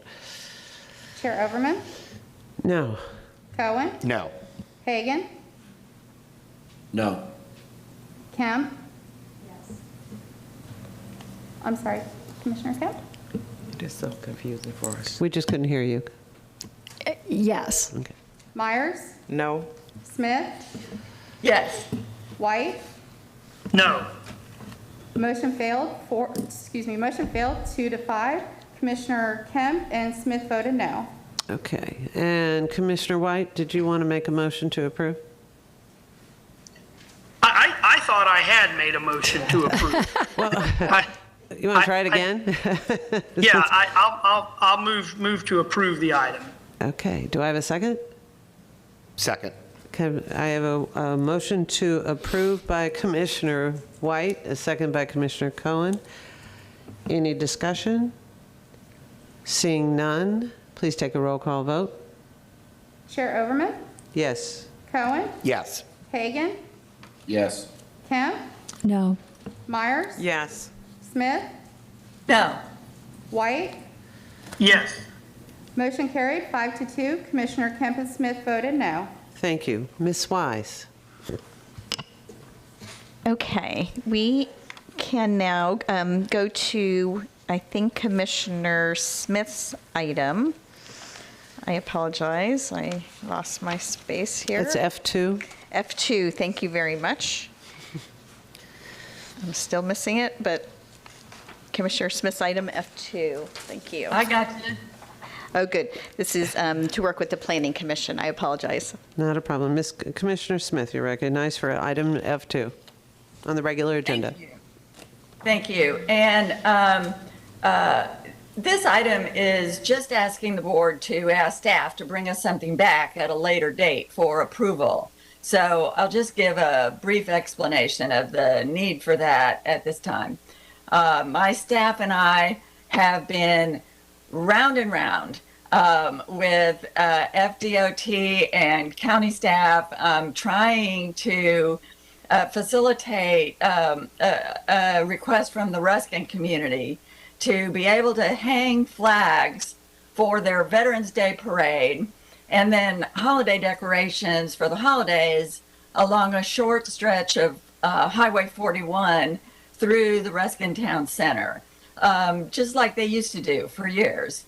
The process for doing that was changed in 2015 when the County Commission passed an ordinance giving the county administration the authority to approve the placement of these decorations on state roads and county roads. But the ordinance only had a very short list of road segments where this could be done, and it does not include this stretch of Highway 41 through Ruskin. So you can imagine the red tape we've been running into as we've been trying to reinstate this tradition in Ruskin, and we were unable to get the flags hung for Veterans Day. The only way, I will tell you that there are holiday decorations appearing on the poles, but that I think is just due to some Christmas miracle.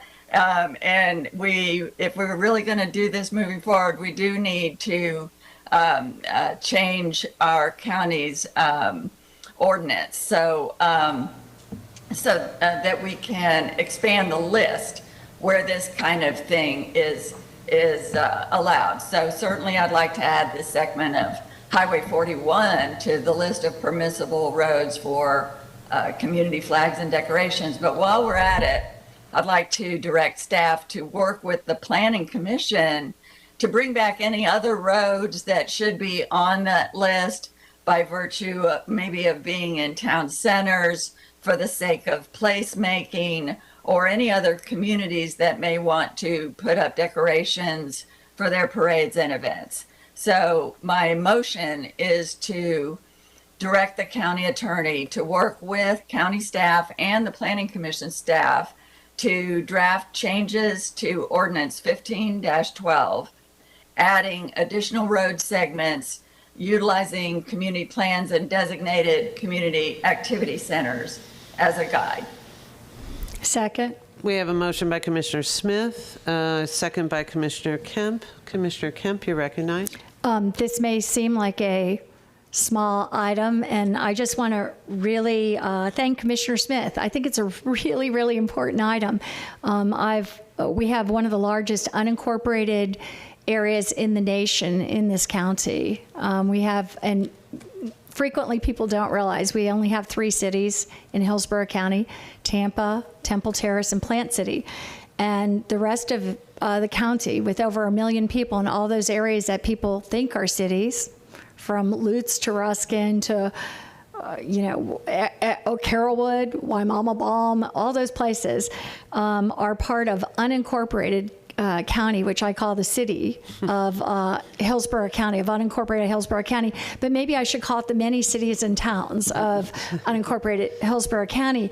And I think it's really important, really significant, because we have this role, that we have a role in people, in communities, having flexibility for us to do the things that would normally be done in a small town or a small community, like put flags on the poles, and create Christmas miracles and create census of places, and have communities that can distinguish and have those opportunities to do this. It's a role that that we should relish, and I thank Commissioner Smith for raising this.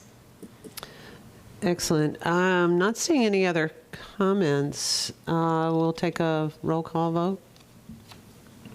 Overman? Yes. Cullen? Yes. Hagan? Yes. Kemp? Yes. Myers? Yes. Smith? Yes. White? Yes.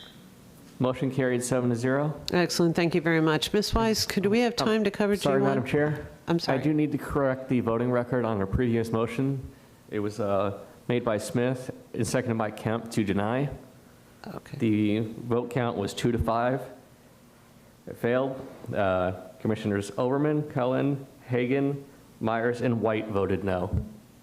Excellent. Thank you, sir. I appreciate that. Got to keep us straight here.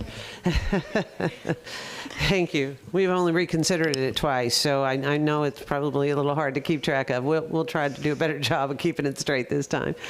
Ms. Wise, do we have enough time to cover G1 before we take our recess? Excellent. We Thank do. you. It's perfect. We have item G1. This is to receive a staff report from Economic Development regarding the Hillsborough County Public Works Training Program. It's an on-the-job training program, and I'll turn this over to Ron Barton and Ken Jones to go through this. This is informational, but we wanted to share this with you, a program that's being discussed. Excellent. Thank you very much. Thank you, Bonnie and Commissioners. Good morning. Ron Barton, Assistant County Administrator for Economic Prosperity. I'm joined by Ken Jones, one of our senior managers for the Economic Development Department. I'm just going to make a few brief remarks, and then I'm going to ask Ken just to give the board an update on another workforce training initiative that the staff has been working on. As I listen to the agenda even today, I'm struck with the fact that the board engages in so many ways with the needs of our citizens, the health care plan that we talked about today, the ongoing discussions of affordable housing, but I think just as importantly, the board's engagement on workforce training. It's one of the areas in which we can help influence individuals gaining greater economic stability. And so it's working on a different part of the equation for individuals. And so workforce training is so important, and the board has recognized that. In fact, during the flagging process, probably doubled the number of nonprofits that are partners with us in the workforce training arena. And we're spending a lot of time over the last several months, and certainly into this new fiscal year, and bringing everyone into a holistic engagement on workforce training rather than having silos and having individual efforts. We work as teams with all of our nonprofits covering certain geographies, certain demographics, certain needs, and we want to make sure that we knit them all together. And we do so under the umbrella of our county workforce board, which is CareerSource Tampa Bay. So there is a holistic model that we're bringing together, and we're knitting those nonprofits and basically those programs together in a holistic way so that we have coverage in economic sectors. We have coverage of people geographically in our community and demographically in our community. One of the things that we've been working on for the last several months, frankly, through the summer, is a public works training program. This started with a conversation with George Cassidy, his staff, as well as John Lyons and his staff, and recognizing that not only Hillsborough County, but many, in fact, most governmental entities are having a hard time getting qualified, skilled individuals to move the technical aspects of their departments forward. And so we've been exploring for the last several months a public works training program that, in fact, our departments at the county will be an integral part of bringing people into the workforce and allowing them on-the-job training, but at the same time allowing for and paying for certification and training and education so that we have a better skilled workforce. And we hope to kind of take this program outline and get the participation of the city of Tampa, Temple Terrace, Plant City, but also major institutions like USF, Tampa General Hospital. Those are great examples of large-scale entities that have like needs.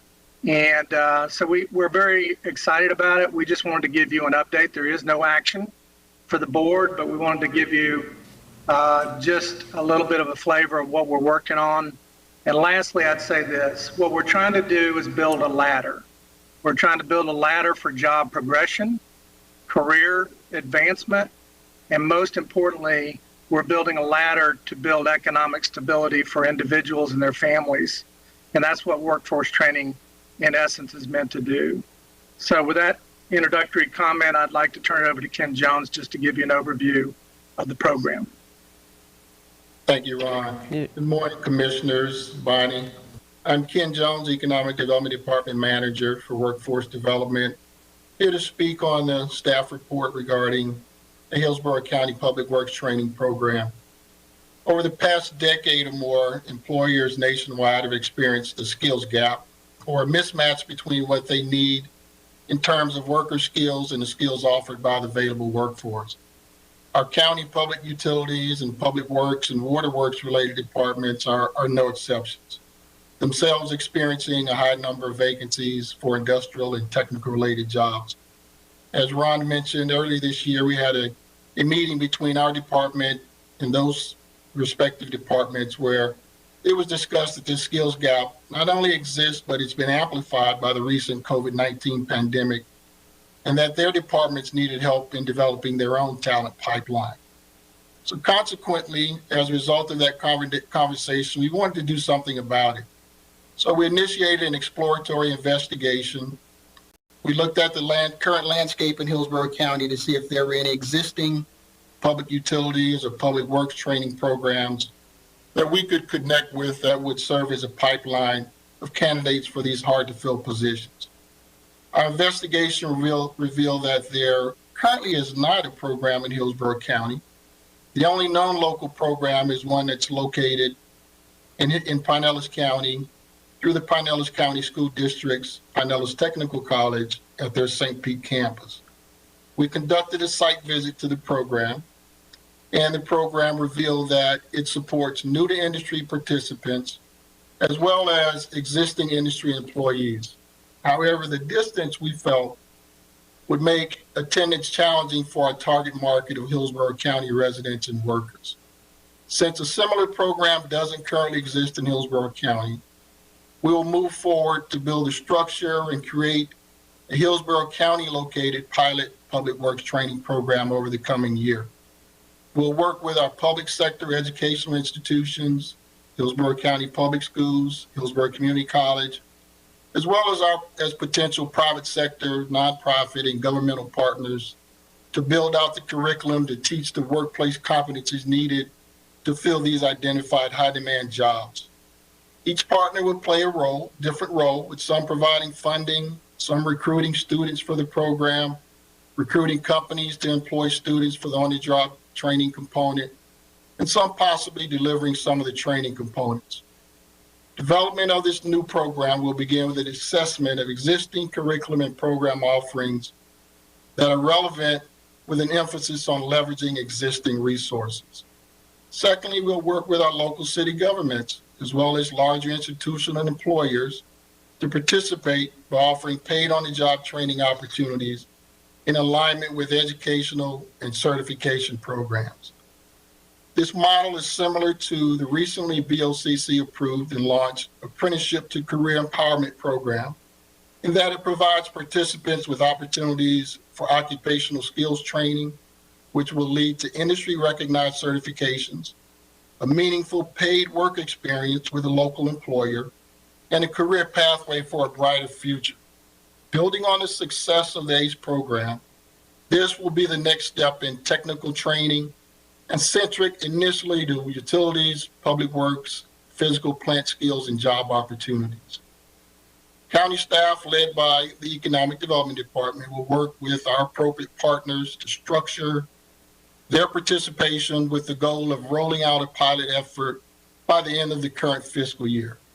Based on preliminary review and conversations, startup costs for such a program are estimated for a first-year funding need of approximately $500,000, which can be accommodated within our current available budget. These funds will be used to cover direct program costs, such as training provider service agreements or paid on-the-job training for the program participants. As we progress throughout this timeline and we reach our milestone achievements, we'll definitely keep you updated of our accomplishments. Thank you for your time, Brian. I'll now turn it back over to you. Thank you very much for that report. I appreciate that. Commissioner Kemp, you're recognized. Thank you. And I guess I would make a motion to receive the report. But I just want to thank our economic development staff for bringing this forward, Mr. Barton and Mr. Jones. And I think it's really creative, out of the box thinking. I mean, there were some problems that we didn't have people that could walk into a system like our wastewater systems, which is, of course, one of the biggest ones in the region, but there's certainly other areas that are likewise. That when I talked to Mr. Barton, I was the nearby universities, the cities, the areas around, and the only places where this kind of training could, there was a small program, I guess, at Polk County, but coordinating with HCC and working this out, I think can bring a lot of opportunity to different people to become employees at the county and to work and be trained at the same time. I think it deals with a lot of possibilities. And, you know, I know that we always focus on college education as the only opportunities to good jobs and good paying jobs and careers, but this is not that, and it's really welcomed. And I very much want to give a shout out to the economic development staff for, I think, coming up with this as a trial program, and good luck with it. Thank you very much. We have a motion by Commissioner Kemp, a second by Commissioner Myers, and I too agree that it's a great opportunity for those that aren't necessarily directly on a college track, but have professional trades that are so vital to our overall economy. And then creating that window for paid training or training on the job is an important reinvestment in our community. given any provider that provides training for expertise in the area of trades. So with that, we have a motion and a second. Can you please take a roll call vote? Overman? Yes. Cullen? Yes. Hagan? Yes. Kemp? Yes. Myers? Yes. Smith? Yes. White? Yes. Motion carried 7-0. Ms. Wise? Well, I'm not quite sure how we manage this, but it is exactly 11:15.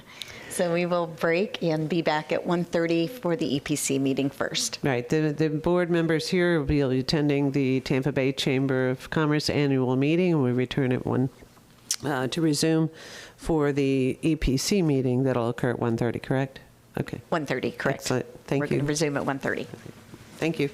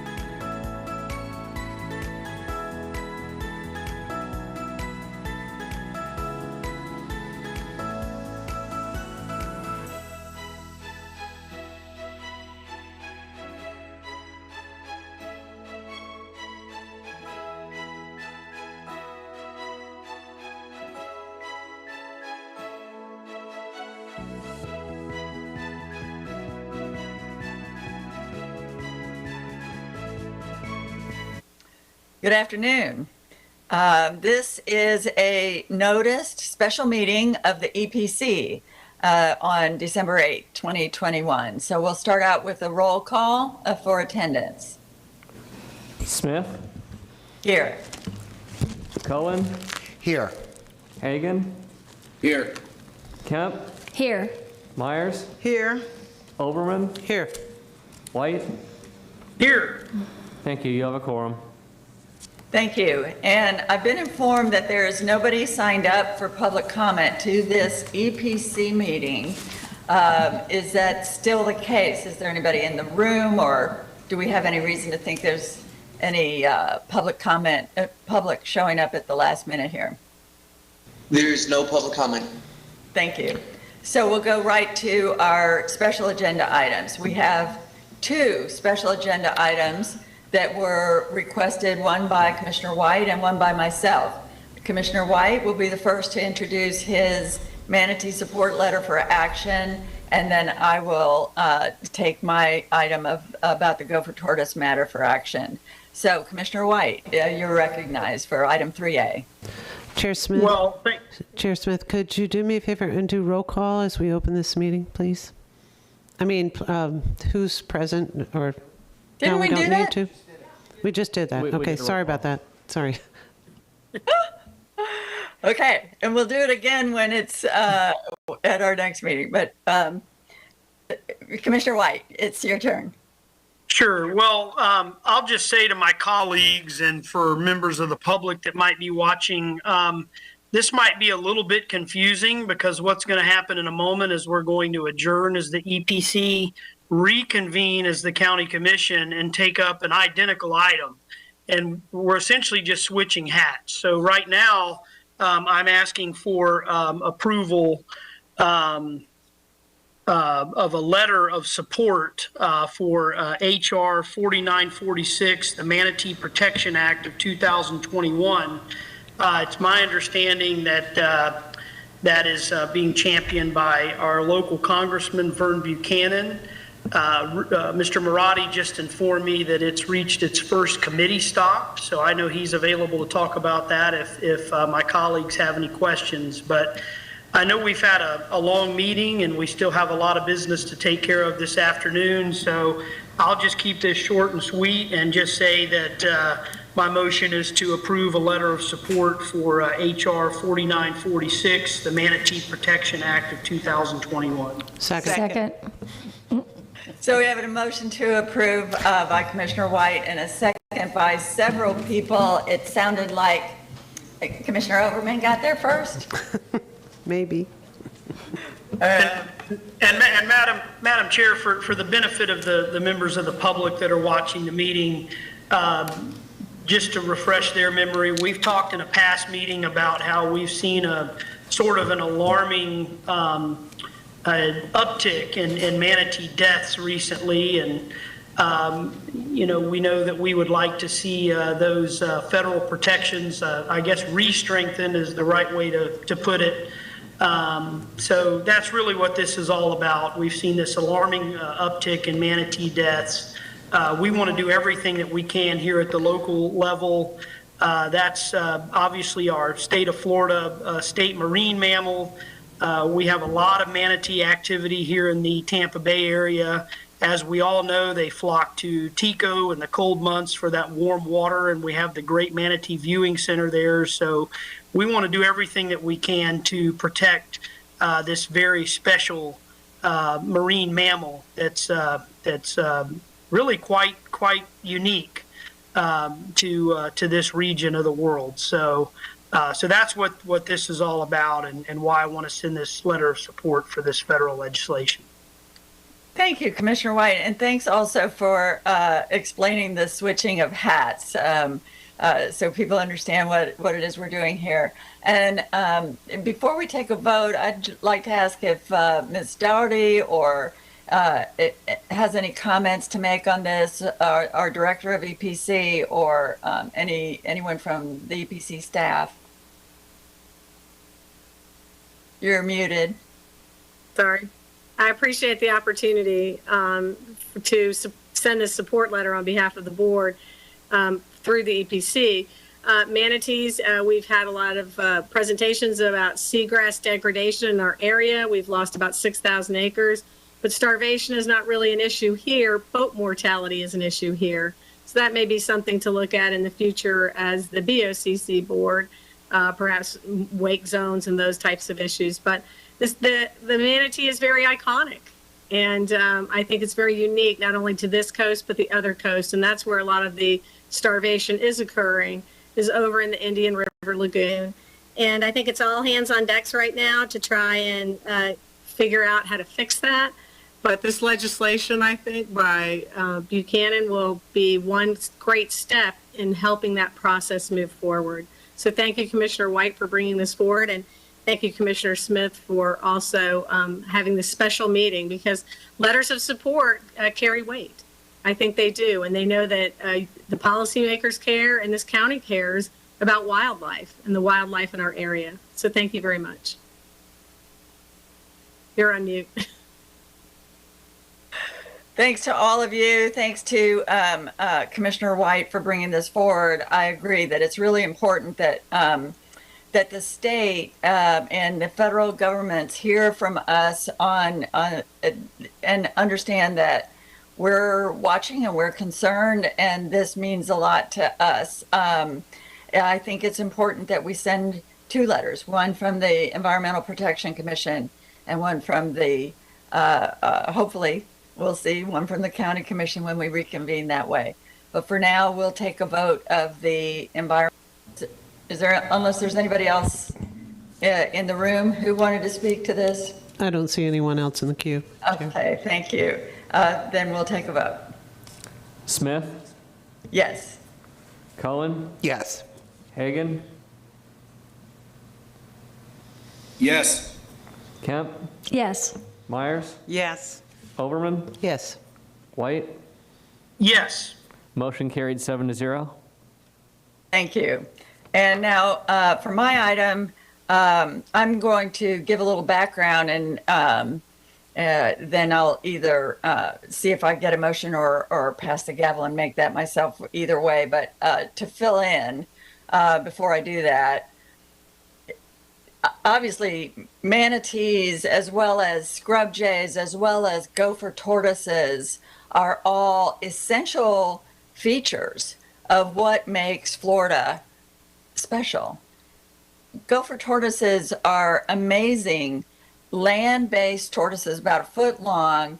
They're gentle vegetarians living in our forests or prairies or coastal dune areas. And they have lived here, especially in our area of the state, for a very long time. And they can live a very long life if we let them. Gopher tortoises are designated by the state as a threatened species now. The main threat to their existence, they have no predators or anything. The main threat to their existence is habitat destruction by development, sprawling over, paving over their habitat. When you come upon a gopher tortoise sticking his head out of his shell to look at you, or lumbering alongside of your path, or munching on some low-growing plants, it is a very special experience. And it's the kind of experience that people come to Florida to enjoy. They come here and are enchanted when they see a manatee, or when they see a gopher tortoise, or when they see a scrub jay.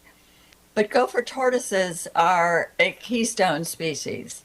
And this means that many other species rely on tortoise burrows for their survival. I was just listening to a podcast with Craig Pittman on it this week, saying there are 365 species that are dependent on the gopher tortoise and their burrows, including several species that are federally listed or state listed as threatened and rare in some way. So when you relocate a tortoise, or God forbid, kill one, you leave a lot of other animals homeless. So this item that I'm bringing forward is in response to a recent, very recent executive order by the State Fish and Wildlife Commission that came up quite suddenly. And it will be a topic of consideration at their meeting on Friday, December 10th. This order that they just issued authorizes a temporary 90-day deviation from the Gopher Tortoise permitting guidelines. There have been some very thoughtful, detailed letters of opposition statewide, and 2 of those are in your backup, from the Gopher Tortoise Council and the Biodiversity Organization. And our own Tampa Bay Sierra Club sent us a letter yesterday that was very thoughtful as well, and detailed in the concerns. There are some very troubling rule waivers in this FWC executive order. They will have negative impacts just in the 90 days of the order. But it is really important, I feel, that we register our concerns before they meet on Friday and Saturday, because they need to be able to consider our concerns as they deliberate on future measures about, whether or not to extend these rule waivers, how best to move forward in protecting the Gopher tortoise in our state and in our county. As I noted in your backup, the items in this executive order number 2127 of particular concern include waiving the 100-mile distance for relocation. Frankly, I was shocked you could even relocate a tortoise 100 miles away, but they're proposing, well, they are currently in the 90-day order, waiving that. And there's nothing that prohibits people from taking them out of the state. So if you're allowed to take them 100 miles away, you could be taking Hillsborough County's Gopher tortoises to Georgia or Alabama or South Carolina. And you could be taking them out of their core range where they really thrive and putting them on the fringes of their habitat where they will have more of a struggle to survive. So allowing Gopher tortoises to be moved as far as you want, farther even than 100 miles, could lead to a great regional loss of tortoises and their habitat and all the wildlife that depends on this keystone species. And this is a threat to our county because masses of tortoises will be allowed to be shipped far outside of our county and outside of our state. So that's one concern. Another one is a way that this executive order waives the 72-hour limit that developers are allowed to hold tortoises in on-site pens while they dig them up and gather them up to relocate them. There's a 72-hour limit on that, but this waives that. And it would let a developer just dig up all the tortoises and dig them up out of their burrows and then cage them up in pens on construction sites for a very, very long time with no limit.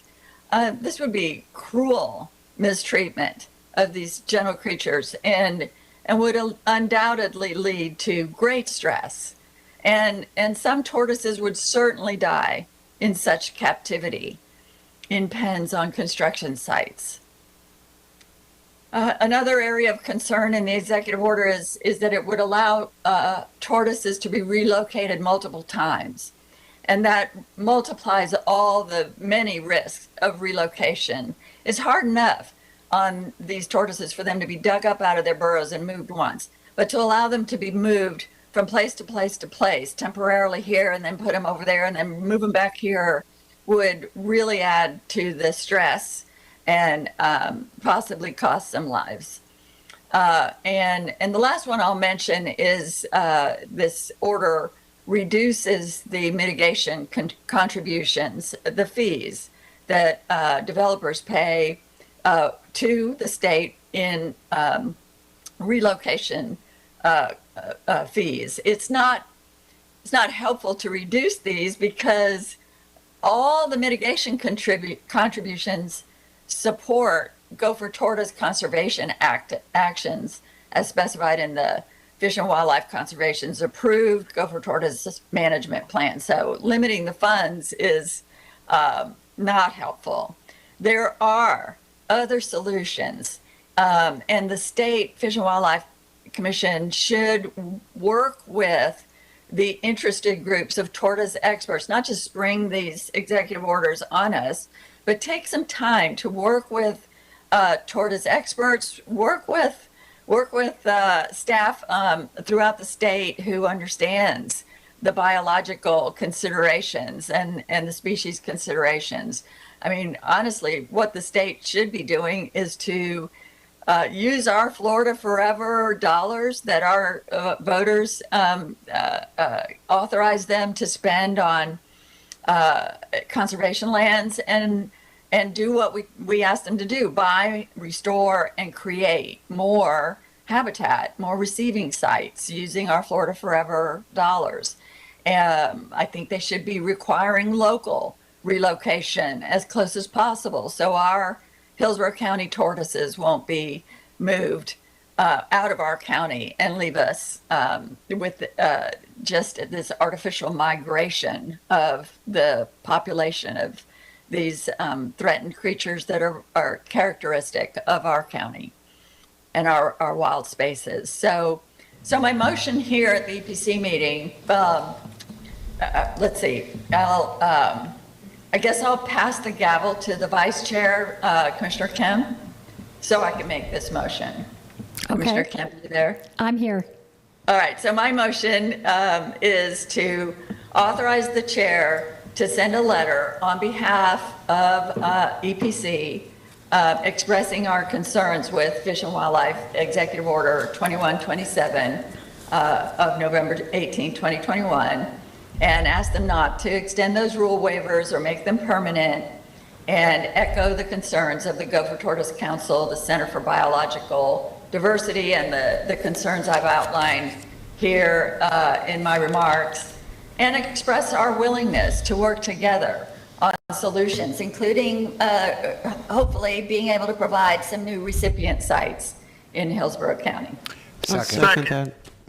Okay, we have a motion by Commissioner Smith, and we have seconds by Commissioner Overman. And Cohen, but I did have my hand raised, so. Okay, you wanted to speak, but the second came from Cohen. Oh, okay, and Commissioner Cohen. Okay, Commissioner Overman. Thank you.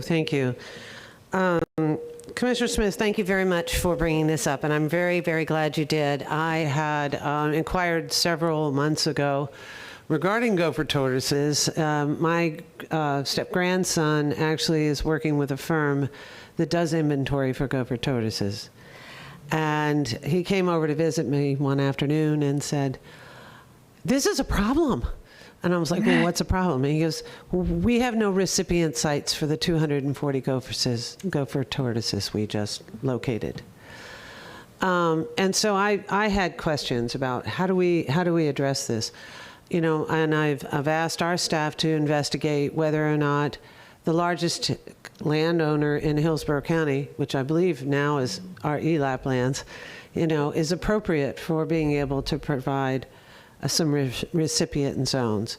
So I think there is some solutions here. I'm not sure we have the answers, but I'm really glad that, one, this letter will help take some time to make sure this is right. But I do realize that part of the reason some of this is coming forward is because of the perception there is nowhere to take these gopher tortoises. And that apparently is not necessarily true. So I think it is important that we make the case that it is appropriate to protect this endangered species, to investigate all options, and to assure that they're handled and treated in such a way that's appropriate for an endangered species that's so important to so many of the other species in our state. So thank you very much for bringing this forward. And I don't see anyone else who wants to speak. I just want to say, Commissioner Smith, thank you so much. I think we and the gopher tortoises are blessed to have, I think, one of the best advocates I've ever heard for gopher tortoises in you. I know you've brought forth issues or talked about gopher tortoises over time, many times, and I never fail to learn more about it than, and again, today is no exception, learning again what's there. And if I understand correctly, the state has just one single public hearing that they just scheduled for this far away from Hillsborough County? Can I respond? Yes. Okay. Yes, their meeting is scheduled in person in Destin. I'm unaware. I've tried to see if there's any way to participate virtually and haven't found any. So if you know where Destin is, it's essentially a barrier island way out the panhandle, way past west of Tallahassee. It couldn't be farther from most of the concerned citizens of this state unless they held it in Alabama. So it's really important that we get our letter to them in time. But they make it difficult for citizens to be able to show up. Well, I want to thank you for bringing this to our attention so we have an opportunity in this short window to comment on something that just came up suddenly. And our Gopher tortoises, I think, are probably not quite as known and beloved as our manatees, but a close second. And thank you so much for bringing, what's that? Yes. And we certainly have the development going on, taking their habitat, and this being a key place, a home for our Gopher tortoises. But I see no further comments at this time, so we have a motion by Commissioner Smith and seconded by Commissioner Cohen, and seeing no further comments. And again, I guess I should just, does the EPC staff, Ms. Dougherty, anyone else want to speak to this, or? We have no comments. Commissioner Smith gave a very thorough review. She sure did. And with that, we'll go to a roll call vote. Smith? Yes. Cohen? Yes. Hagan? Yes. Kemp? Yes. Myers? Yes. Overman? Yes. White? Yes. Motion carried 7-0. Thank you. And I'll take the gavel back just to thank everyone for the support of these two important motions and adjourn the meeting at this point back to our where we can reconvene as the County Commission. Thank you very much. Thank you, Chair Smith. So I would like to reconvene the Board of County Commission meeting on December 8th, 2021. To address the remainder of our agenda. We have several items that were scheduled for time certain. So if you would please do a roll call to take attendance of those that are here and to establish quorum, we can move forward with those items that we had scheduled for public hearing. Overman? Yeah, here. Cohen? Yes. Hagan? Here. Kemp? Here. Myers? Yeah, here. Smith? Yes, here. White? Here. Thank you. You have a quorum. I think we all need coffee at this point. Had a very good lunch while we were out. So, Ms. Wise. Thank you. Your 130 item is item F4. This is to approve a letter of support for HR 4946. This is Commissioner White's item regarding the Manatee Protection Act. Commissioner White, you're recognized. Thank you, Madam Chair. Well, as the public knows, we just approved a very similar letter with our Environmental Protection Commission hats on. Now we've switched hats back to the County Commission, and I think it's important to send a letter of support from this body as well. And that's going to be a letter of support for federal legislation, HR 4946, the Manatee Protection Act of 2021. As we just learned in the special called Environmental Protection Commission meeting, this board has been briefed on an uptick in manatee deaths. We heard in the presentation at the EPC meeting that the manatee really is an iconic wildlife species and is especially important to Hillsborough County and Central Florida. And we mentioned in that meeting that we have, for example, the Manatee Viewing Center where the manatees come in for the warm water from the TECO plant. It provides a great opportunity. Did we lose Commissioner White? I'll give him a moment. He's freezing up. I believe he may be having a connection issue. Commissioner White, can you hear us? If you can try turning off your video and the audio might work better.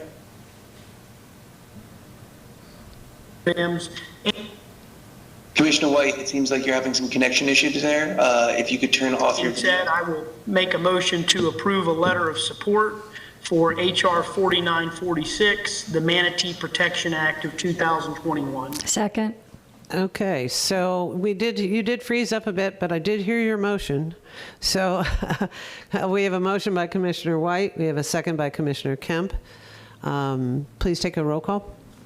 Overman? Yes. Cullen? Yes. Hagan? Yes. Kemp? Yes. Myers? Yes. Smith? Yes. White? Yes. Motion carried 7-0. Excellent. Thank you very much. Appreciate it. Ms. Wise. Thank you. And the next item is item F3, Commissioner Smith's item regarding sending a letter of concern regarding Executive Order 2127 regarding gopher tortoises. Commissioner Smith, you're recognized.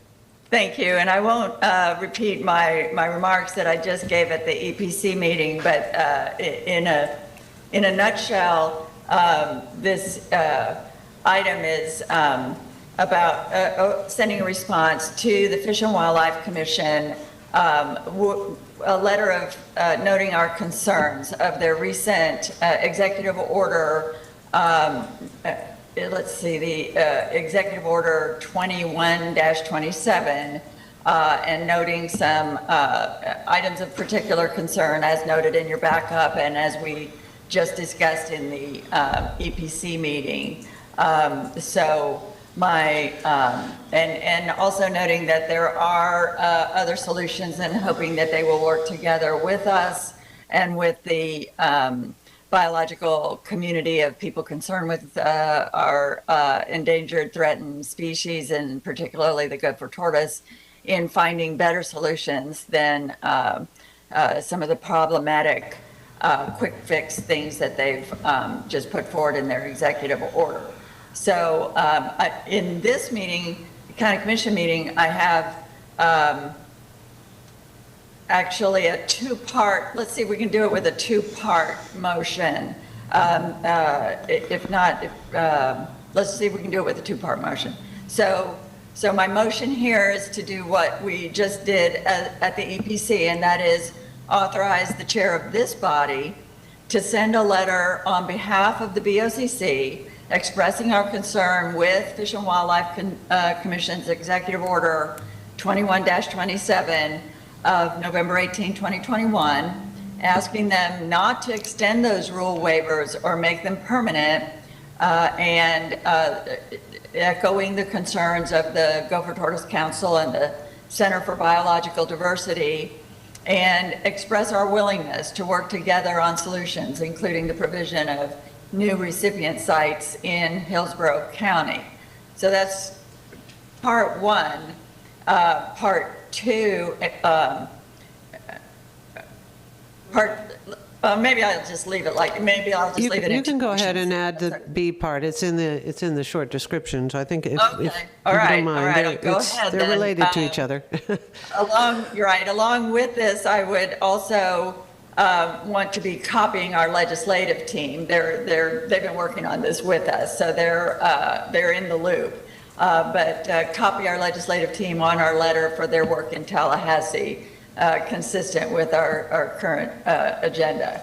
And then part two of the motion is to direct the county attorney to research whether Hillsborough County has the ability to make rules protecting the gopher tortoise within our county that would provide additional protections beyond the state regulations. In other words, I'm not sure how much we're preempted from being able to do, but I have been discussing this with the county attorney, and I've been collecting some ideas that we can look into after the new year. I know, for example, that Sumter County is considering a local rule that looks interesting and adds local protections beyond the state protections for their population of gopher tortoises. And we might be able to add some, for example, local rules prioritizing relocation of tortoises that are dug up in our county to remain in our county if possible, if at all possible. So we might be able to do some things along those lines. I have some other ideas too, but the motion here is just to direct the county attorney to research and bring back whatever is possible, if anything, for us to do on the county level to add protections to our gopher tortoises. Second. Second. So we have a motion by Commissioner Smith that's outlined in the agenda. But I think everything you said was actually there, with the exception of making sure we notice our local representatives. That seemed to be the only item that I heard that was not actually in the description, as well as directing the county attorney to research our options in sync. And so with that, seeing no other... I'd just like to say that the addition was a very good and interesting addition, and I guess we should be quiet that it hasn't been preempted yet, maybe. So I appreciate that, Commissioner Kemp. I certainly do. Any other comments? And seeing none, please take a roll call vote. Overman? Yes. Cullen? Yes. Hagan? Yes. Kemp? yes. Myers? Yes. Smith? Yes. White? Yes. Motion carried 7-0. Excellent. Thank you. Ms. Wise. Thank you. The next item is item B1. This is to accept the County Internal Auditor's 2022 Annual Audit Plan. Peggy Caskey is here for this item. Ms. Caskey, you're recognized. I'll go ahead and share my screen. Having a hard time sharing it here.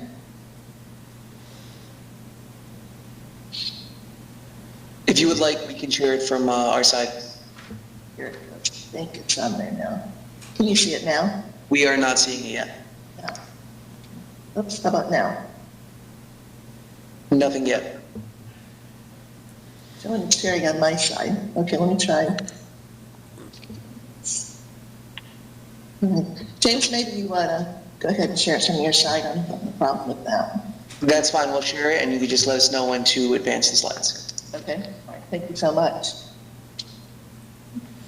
So, good afternoon, Commissioners. For the record, my name is Peggy Caskey. I'm the Portage County Internal Auditor. I'm here today to request the board accept the 2022 Annual Audit Plan. Next slide, please. After careful consideration of the risks and the planning process, we developed to maximize the resources across a large number of auditable areas under the organization. This strategic process was conducted in conformance with professional audit standards, also known as the Red Book standards. The methodology for selecting audit, advisory, and other audit services is defined in the 22 Annual Audit Plan. The plan was prepared to provide a core guide for audit services to be initiated during the calendar year. Next, please. Providing audit services for all of the identified risks, Commissioner and management suggestions, and carryovers from the 2021 Annual Audit Plan are greater than my office's resources, and therefore, after a careful review of the risk results, audit resource allocation, and request for audits, I developed the 22 plan. The plan is a tool for use of resources, and it is subject to change throughout the year as the auditable environment changes. Any changes, material changes to the plan, I would alert the board of those. And in some instances, I may request the board's acceptance and change to the plan. Next screen, please. So the audit committee met in November of this year, and during that meeting, the committee had reviewed the risk assessment in the plan and had determined that I had used my own judgment of risks after consideration input from senior management, commissioners, and after sharing information coordinated with other internal and external providers of assurance and consulting services. The Audit Committee also determined that the 22 annual plan's resources, those requirements align with my resource budget. Therefore, pursuant to Resolution R20-011, the Audit Committee recommends the Board to accept the 22 annual audit plan. The committee's letter is inserted as last page of that plan. Next slide, please. And this is the annual audit plan. On this, it contains 16 audits and advisory services that cover a very wide range of business units under the organization. And I do believe that it provides sufficient risk mitigation when combined with other services of external consulting and advisory services. Next slide, please. Today I'm here to ask if I could get the Board's acceptance of the plan. I do not expect any adjustment to the budget at this time. Board have any questions? I know I'm going to do that very quickly. Move approval. Second.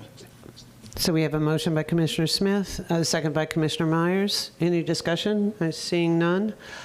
Please take a roll call vote. Overman? Yes. Cullen? Yes. Hagan? Yes. Kemp? Yes. Myers? Yes. Smith? Yes. White? Commissioner White? Motion carried 6-0. Excellent. Thank you very much. Ms. Wise. Thank you, Commissioners. Thank you. Thank you. The next item is item E1. This is a special appearance by outside counsel Alan Zimmet of Bryant Miller Olive to provide an update on the status of obtaining a judicially approved process to refund the All for Transportation sales tax funds. Before Mr. Zimmet speaks, Ms. Beck would like to say a few words. Ms. Beck, you're recognized. Yes, thank you, Chair, Madam Chair. This is just by way of introduction. Based on numerous inquiries, not only from the board, but from the public, this update is being provided. Most of the information is actually contained in the backup, so I'm sure Mr. Zimmet won't go through every detail, but he is going to briefly summarize it and then be available. We'll both be available for questions. Excellent. Thank you very much. And Mr. Zimmet, thank you very much for being here today. We've had a lot of citizens that have asked a lot of questions about this, and bringing some clarity to the table would be very, very beneficial. Thank you very much for being here. You may proceed. Okay, and thank you to the Commission. Can you hear me okay? Yes, sir. Okay, great. As the Commission will recall, at your direction, at your meeting of in March of 2021, we began a process to seek judicial acceptance of a review and jurisdiction over a refund process for the All for Transportation sales tax. We ultimately filed a joint motion with all of the other local governments who had received funds and had a hearing in front of Judge Barbas last summer. Since that time, he's not issued an order on the motion with the proposed refund process, or actually specifically indicated that he will accept jurisdiction over the refund process, but he had. I'm sorry, you're cutting off, sir. 1 second. We need to make sure we can hear you. Okay. Communications, can you find out if he's having signal issues? Yes, we can hear you now, sir. I believe you somehow got muted there. Okay, go right ahead. Sorry, I'm not sure where I lost you. What I was going to say was that Judge Barbas has now scheduled what he's referenced as a roundtable discussion for all council on January 26th. So we're hoping at that point in time we will obtain some more direction from Judge Barbas and get some more insight into his thoughts, not only on accepting jurisdiction of the refund process, but the refund process that the local governments had proposed back in the last summer. So that's really kind of a short summary of the memorandum that I provided, and I'm available for any questions that the commissioners may have. Excellent. Thank you very much, sir, for that report. I'm not seeing any questions, but I have a couple. So if someone else would like to have an, Commissioner Myers, you recognize. Thank you, Madam Chair. I just have a couple of questions, and either it can come, well, first let me say, Counsel, thank you for giving us an update on the transportation. We know that it is something that has been discussed within our community since 2018. And now, as we continue to talk and listen to so many people who wants their refund back, I look at this being two separate issues.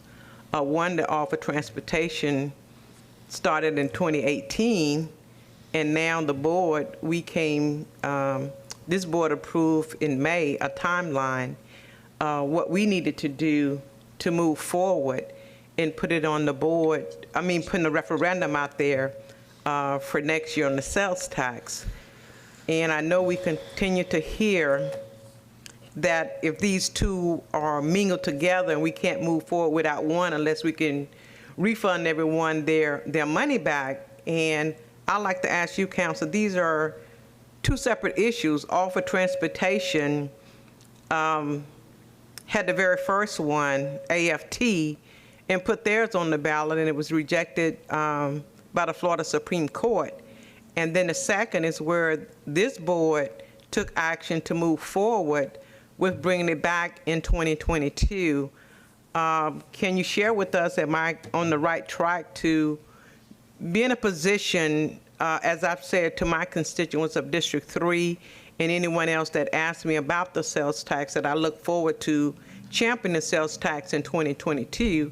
And that's really what I want to do on behalf of this board, and asking the other board members to join me so we can get this passed on behalf of Hillsborough County government, and we can do the necessary infrastructure projects that we would like to do. So I'd like to hear from you, Counsel. Thank you. Yes, Commissioner. From a legal standpoint, the two issues are totally separate. The offer transportation tax, which was approved in 2018 and collected from January 1, 2019 to March 15th of this past year, that was a different issue that's been decided by the Florida Supreme Court to have not been validly adopted. And what we do with the funds that were collected and how we refund them is a separate issue from any new surtax that you may put out to the voters for referendum approval. So they're really, from a legal standpoint, one doesn't have anything to do with the other. Excellent. Thank you very much for that. I appreciate that clarity. Commissioner Kemp, I believe, and then Commissioner Cohen. I believe that's the way I saw it, but somehow it's... That is the way you saw it, but I decided to let Commissioner Cohen... okay, Commissioner Cohen. Proceed. So I just, I know that you don't have a crystal ball, Mr. Zimmet, but what do you think the court's options are in terms of how this can be set up? It seems to me that we've heard a proposal made to have a sales tax holiday to sort of suspend the tax for, I guess, as long as it would take to collect this amount of money. There's also been discussion of actual direct refunds.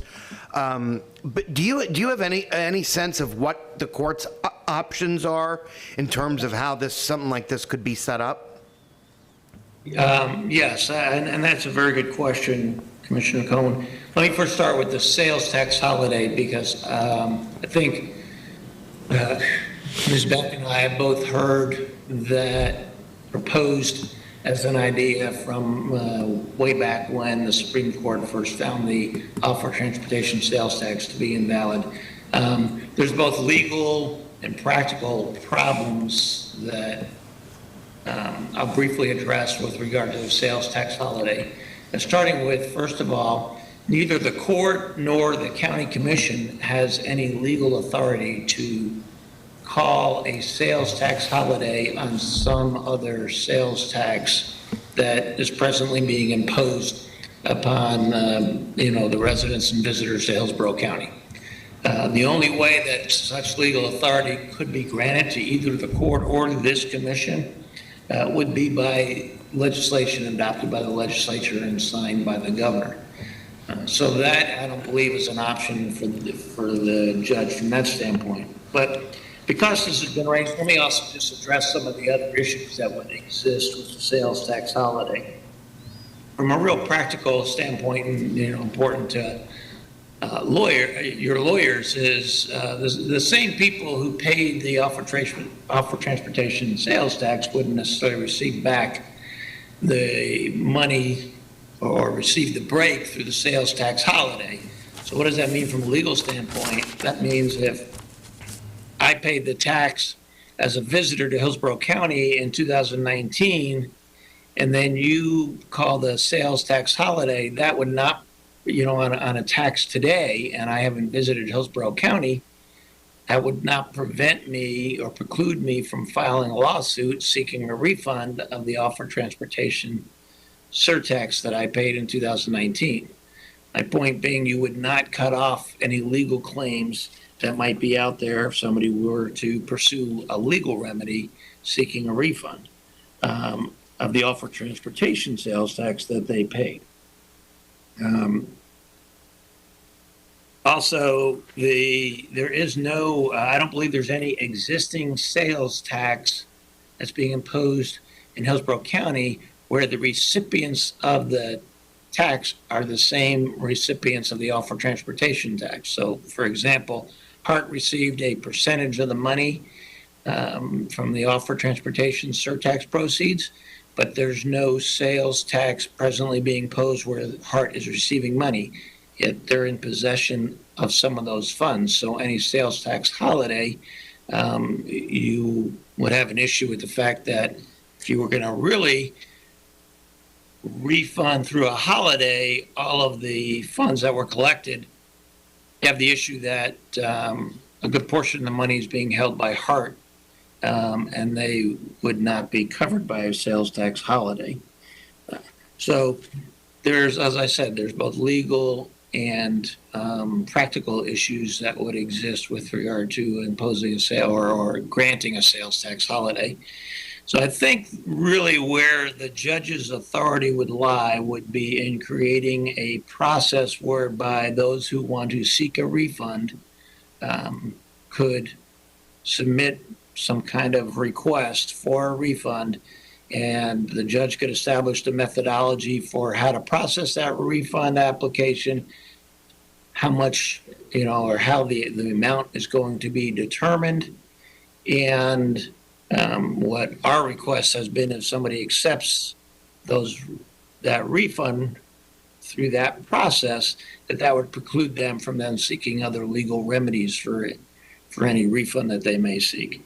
I think that's really where his authority would lie, and the question is, what process is he comfortable with that we may be able to put in place so that those people that want to apply for a refund have hopefully a relatively simple way that it can be done and a quick way for them to get their refund. I hope I answered your question. Yeah, it does. Thank you. And I'm going to ask one last question, and I know that there are other commissioners waiting to speak. A lot of people have asked me, well, whatever money's left over or whatever money's been collected, why can't it just be given to the county to use for its transportation problems? The 500 million or whatever. Why can't it just be given to the county for the purpose that it was collected? I think I know what the answer is, but I'd like to hear you say it because the question comes up a lot, and I think it's important that people know why we can't just depend on getting that money at some point and then using it for these purposes. Well, again, right now as we sit here today, there's two answers to that question.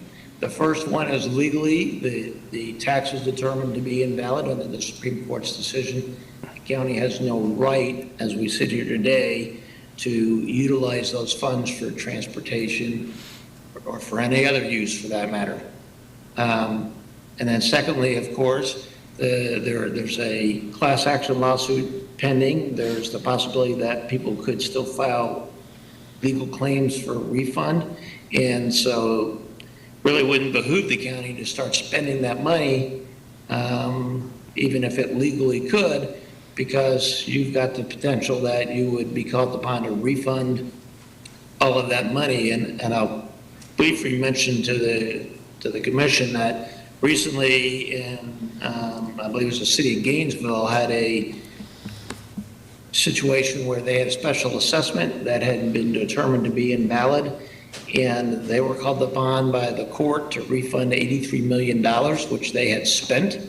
And so they are, I believe, in the process of trying to borrow the money so that they can comply with the judgment and pay the money back. So I don't think we want to be, our recommendation certainly wouldn't be to put the county in that kind of a position where you might have to be called upon by a judgment to refund that money, whether that's in the class action lawsuit or some other lawsuit that's filed. The other thing I would remind the commission is you don't hold all the funds. Each of the local governments that receive the funds receive them directly from the clerk, and the clerk is still holding funds because some of the funds came in from the Department of Revenue after the Supreme Court's decision, and the clerk didn't distribute those funds, so the clerk is maintaining some funds too. So the county is not even in possession and control of all of the funds. And just finally, is there any ability of the state to sweep that money out of the accounts that it's currently in?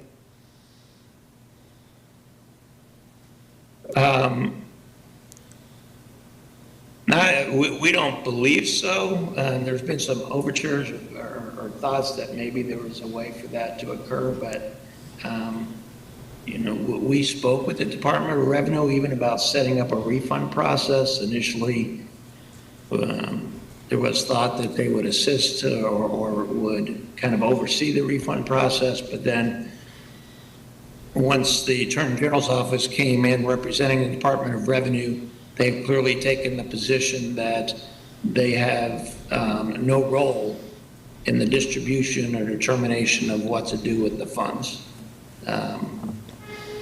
So that is officially the position of the state at this point, and that's the position that they've taken with Judge Barbas. Thank you very much, Mr. Zimmet, for all that. We don't seem to have many cards in our hand at the moment, but I know we all appreciate your sharing with us the current status of this situation. Thank you. Commissioner Kemp, you're recognized. Thank you. I was curious to see what questions and what answers you might solicit. It's a conundrum here. And I want to just thank Ms. Beck and thank you, Mr. Zimmet, for coming back to address this. As Commissioner Cohen spent quite a lot of time in the community where people ask, saying, why don't you do this? Why don't you do that? And I think I would like to make it, even this morning, we had a comment like that. I'd like to make it abundantly clear that we are not at a capacity to do anything. We don't even control the funds. Like, even if we wanted to do something that was against Council's recommendation, we do not have that power. It's not in our hands. At this point, it's in the hands of the court and I suppose the legislature. And I thought I very much appreciated the plan that went to Judge Barbas prior, that was worked out to when first the Department of Revenue refused to take action in returning these like they typically would do in these circumstances and were expected to do, and they washed their hands of it. And so then many of the parties were together and had Judge Barbas look at what I thought was a really good plan to distribute the money. Was even we had judges that had formerly been judges in Hillsborough County, retired judges that were willing to come back and do that without costing our system. And it was a great gift, and we could have perhaps at least started to move on from this. And it sounds like no matter what we do, Mr. Zimmet, that that there will have to be an opportunity. For instance, not if we look outside the class action suit, anything, it was suggested that the legislature might do something, but even for the legislature to do that, it would seem we'd have to have a process in place, and please correct me if I'm very wrong, to allow any parties that had paid the tax in the past, as you kind of referred to in Commissioner Cohen's question, that they would have to be given the opportunity at some point to ask for those dollars to be returned specifically before we could move in to any other place with the distribution of these funds. Is that accurate? Yes. Okay. Very simple answer, yes. Got it. That's what I thought. I just wanted to make sure here.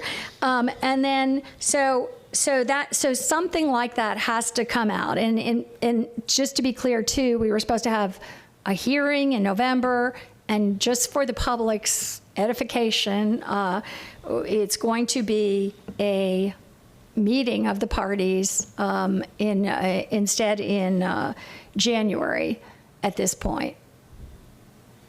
Yeah, it was the same quote roundtable discussion that was scheduled in November, but the judge, something occurred with the judge's schedule and he needed to reschedule. And the first available date was January 26th. Okay, and I think again, it's just, I'll just say it again. We don't have control over these funds at the county commission. So anything you suggest, I don't know where you take it to, but there's it's going to be decided in some other way. I'll just say this. And the class action suit possibility, I guess, still sits out there as another possibility, correct? Yeah, the class action suit is still pending in Leon County. And that could be pending for, is there any term limits on that? Well, I'm not handling that case, but my understanding is there hasn't been any action in that case. And I think the one that they originally filed in Hillsborough County is actually still officially pending. I mean, there are some court rules that would require them to take certain action within a period of time. Otherwise, the court could dismiss the case for lack of prosecution. But there's no set period of time within which that case has to be decided. So I don't know where this will lead, and I think I applaud our efforts to move forward and to resolve this in a way that seemed like it could have moved this forward sooner. I'll just say this, and I'm sure like almost everyone in this county are very opposed to a class action suit that I would see would only benefit the lawyers involved in filing that suit, and it would be to me, such a shame that the taxpayers of this county who supported this in the first place and who desperately need these transportation and transit dollars, that they would somehow be used in this manner in a way that I think would not be to the benefit of anyone. And I know we're not in control of that, and I know you're not in control of that, but I'll just make that statement for what I see as one of the worst results that could happen, and I think would be very hurtful to our county. So, and again, we don't have control over that, but to me, that would be a very terrible result. Thank you, Commissioner Kemp. I appreciate your comments. I don't see anybody else in the queue, and I had similar concerns and questions because there is this perception that somehow this is something we are restricting or not returning, or some decision that we're making, which is eminently false. anyone out there that is suggesting that the county commission or the county itself is, hoarding these funds, trust me, if we had access to them, we'd be using them for what our citizens need in our community. But given the outcome of the recent decisions and our legal experts that are meeting with the judge whose responsibility it is to address what has been collected and the legal opportunities for addressing what happened with this particular surtax legislation. The best thing we can do with that is allow the judge the ability to find the best solution. And apparently it takes longer than we wanted to take. As been discussed, pursuing, which I believe maybe Judge Barbas has some sensitivity to it, but pursuing the class action suit would end up being enormously difficult to not only tolerate, in my opinion. I mean, in general, when a class action suit is filed within the state of Florida, under our laws, what is the typical percentage fee or fee associated with a class action suit allowed under the statute? Mr. Zimmet, can you assist us with the answer to that question? I'm sorry, I don't generally handle class action lawsuits, so I don't know that I have the expertise to answer your question. Thank you, Mr. Zimmet. I will say this, Commissioner, that even in the class action lawsuit, there still would have to be a process determined to how to refund the money. Understood, and that was the first part is how do we get the money to the individuals that were that are suing as a part of a class action. But the other question, I think Ms. Beck, you have some information you might be able to help us. Yes, I was just going to offer actually my attorney that's handling that, because we have filed motions to dismiss, but they just haven't been acted upon.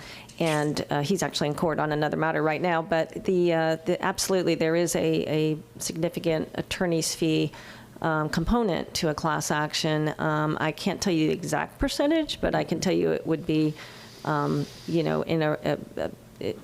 significant. It's not just a pittance or a minor amount. It would definitely consume some of the funds. Commissioner Cohen, would you like to offer some advice there? I would just remind everybody that when a lawyer takes on a class action lawsuit, they're taking it on the come, in the sense that they're only going to get money if they win. So their fee is going to be a lot higher as a percentage, because if they don't win, they're going to get nothing. So it's big. It's going to be a big number.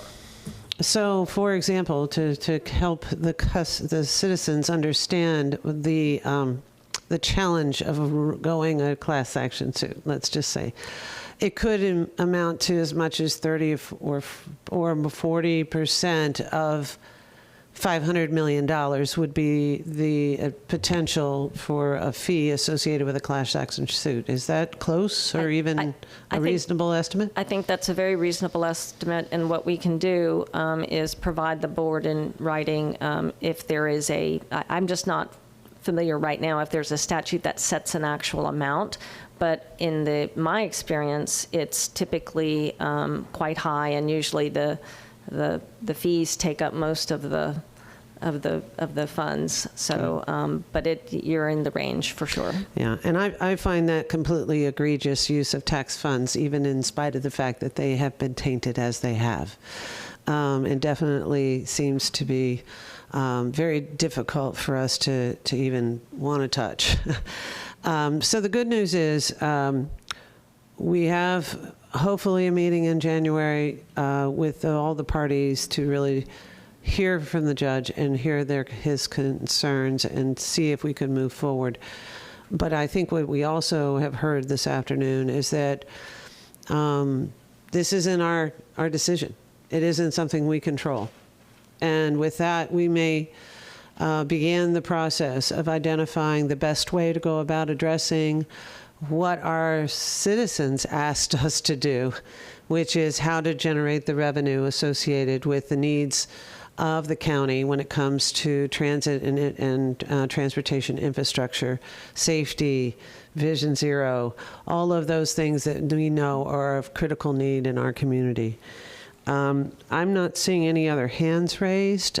So do we need a motion to receive the report, or no? Okay, well, great. Thank you very much for the conversation. Look forward to hopefully in January, but in January we can start having the conversation regarding how to move forward from here.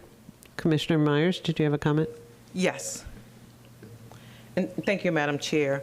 While we're on the subject of the transportation tax, I would like to direct the county administration to bring back at the January 12th meeting a schedule of the 4 workshops that we talked about earlier, whether it be the workshop, the town hall, and our community engagement meetings, so that we can stay on task with our timeline that we approved back in May. I'll second that.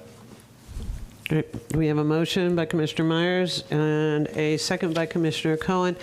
Commissioner Myers, can I ask that, I don't know whether it needs an amendment or not, but I'd like to make sure that any of the workshops would include a full, well-rounded transportation transit information, just to make sure that we're providing our transit out front and completely as much as possible, so that we're making sure that we're addressing transportation, all of the things that previously were encompassed in our transportation strategy when we have those workshops. So all that information is made available.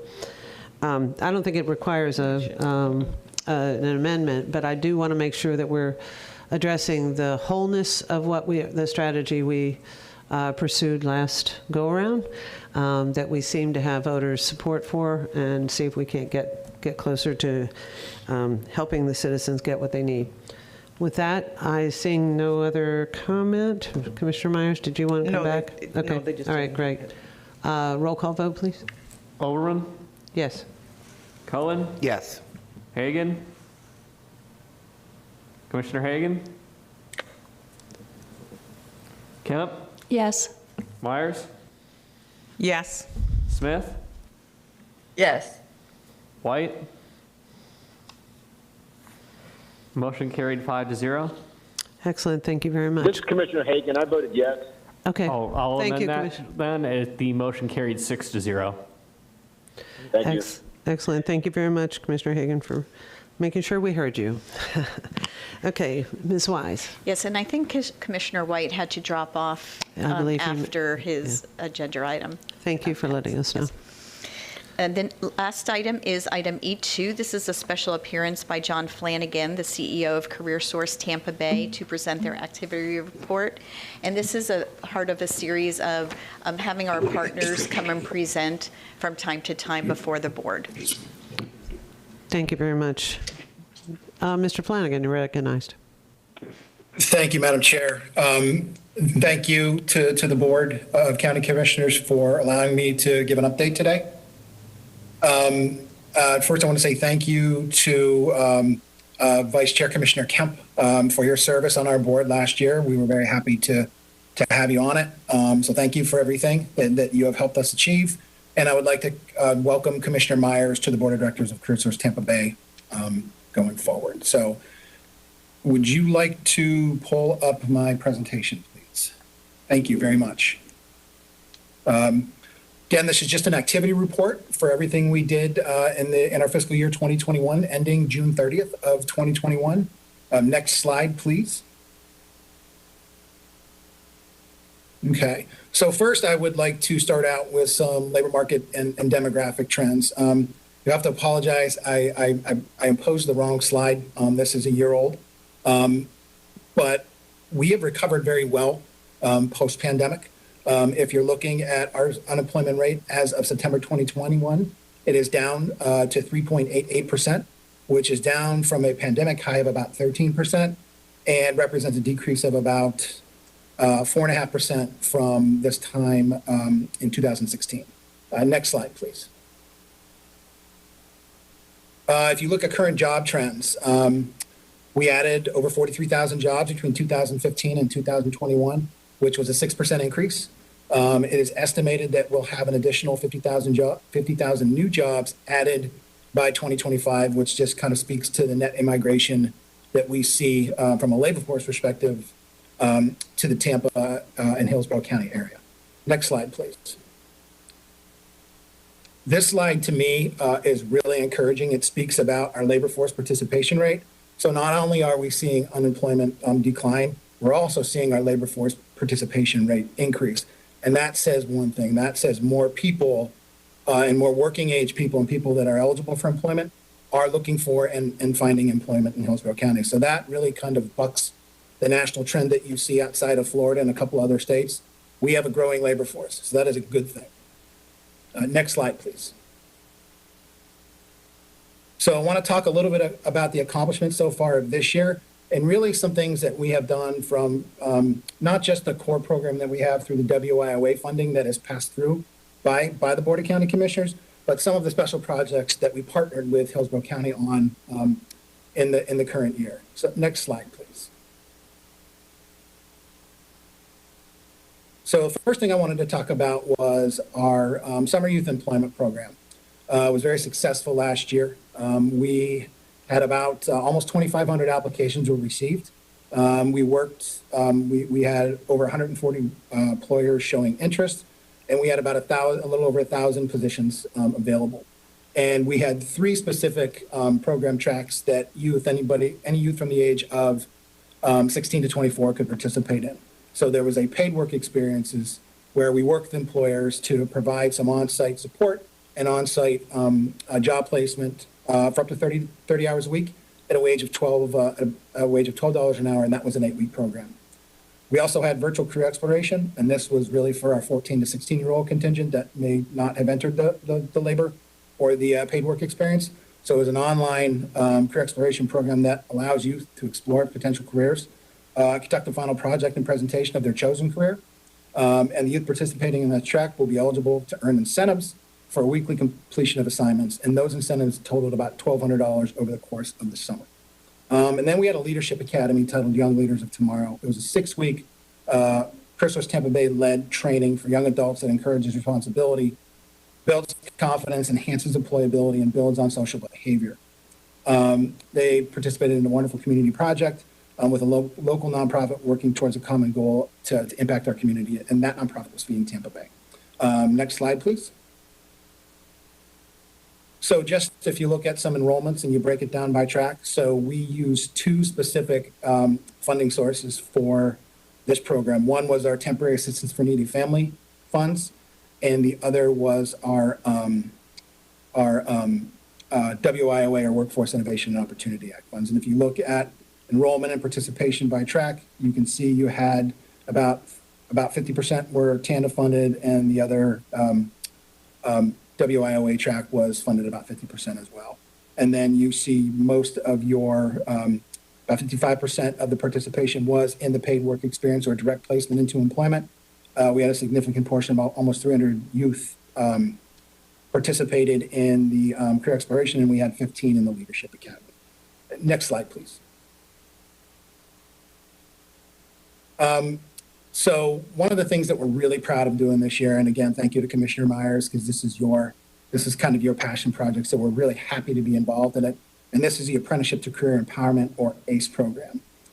And this program was created so that the youth of Hillsborough County, age 16 to 25, have the resources to connect to a career ladder with future self-sustaining wages, employment security, and training needed to succeed in industries with high demand occupations. Those industries could be healthcare, IT, manufacturing are really what we kind of focused on. These opportunities do serve as a meaningful work experience with local employers and have resulted already in industry recognized certifications and a pathway to a better future.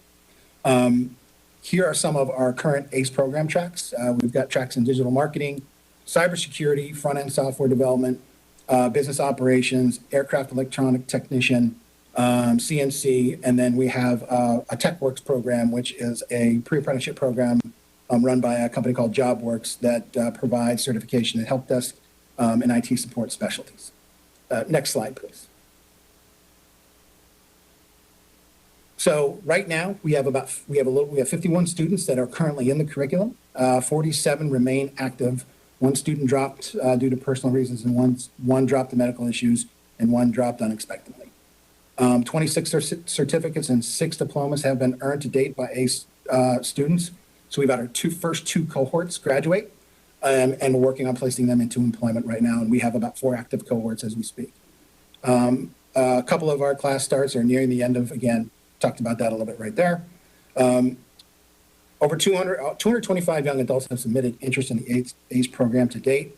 And we continue to conduct outreach and marketing to promote the ACE program and enlist young adults and employers within Hillsborough County. Sent out over 11,000 emails. Our business service team continues to promote ACE and partnership opportunities with Hillsborough County employers. And our marketing team continues to promote through social media and community partners. Next slide, please. Again, we have 60 worksite positions for paid work experience, 60 employers that have expressed interest. 26 employers have either executed a paid work experience agreement or are in process. And I just wanted to recognize some of those employers. One is Computer Coach, Data Tech, Cat Pro Technologies, Paragon Cyber Solutions, Temco Air Conversions, and Synapse Florida. Next slide, please. This was something that ran on Fox 13. It talked about the ACE program and how it prepares future IT, manufacturing, and healthcare workers. So it's there for you if you'd like to look at it. In the interest of time, we'll just move to the next slide unless anybody wants to take some time to see it. It's about 2 minutes, but I'm certainly happy to move to the next slide. Okay. The other thing that we're doing, and you as a Board of County Commissioners approved it through consent agenda today, was our Sector Strategies Initiative, again, in partnership with Hillsborough County. This is kind of built on the Manufacturing Alliance program that Hillsborough County implemented for the better part of a decade.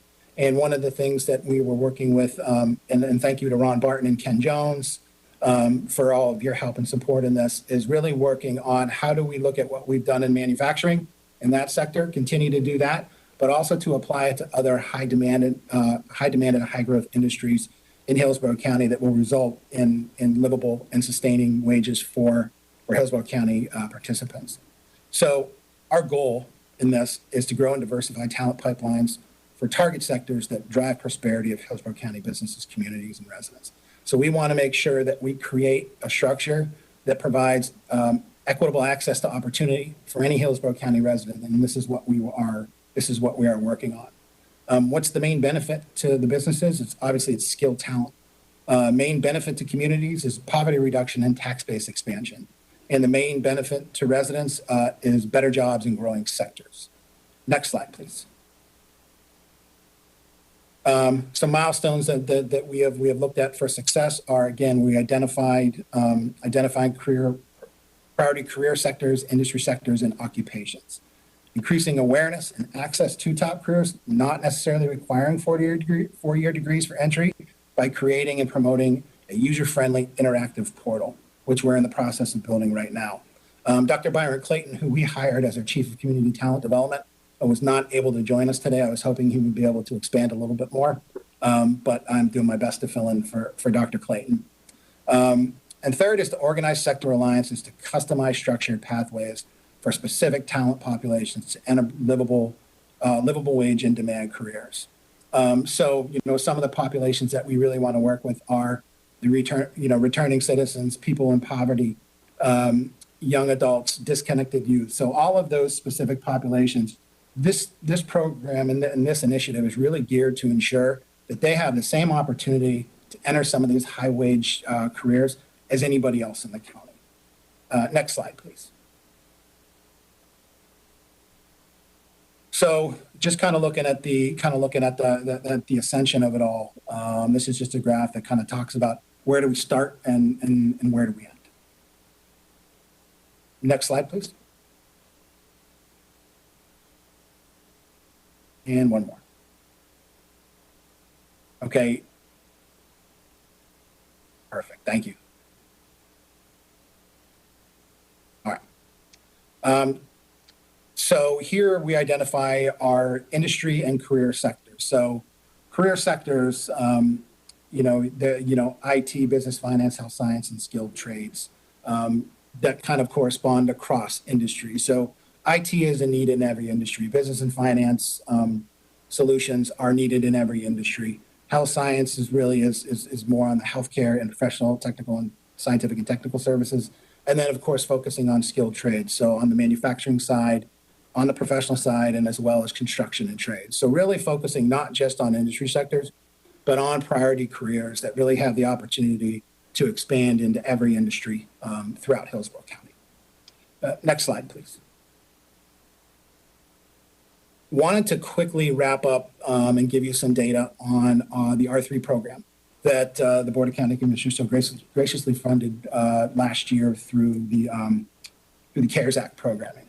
So we received about $14.5 million to assist displaced Hillsborough County workers into training and employment across industries. We also provided additional financial support for wraparound services to ensure continuity of employment and retention and employment after the program ended.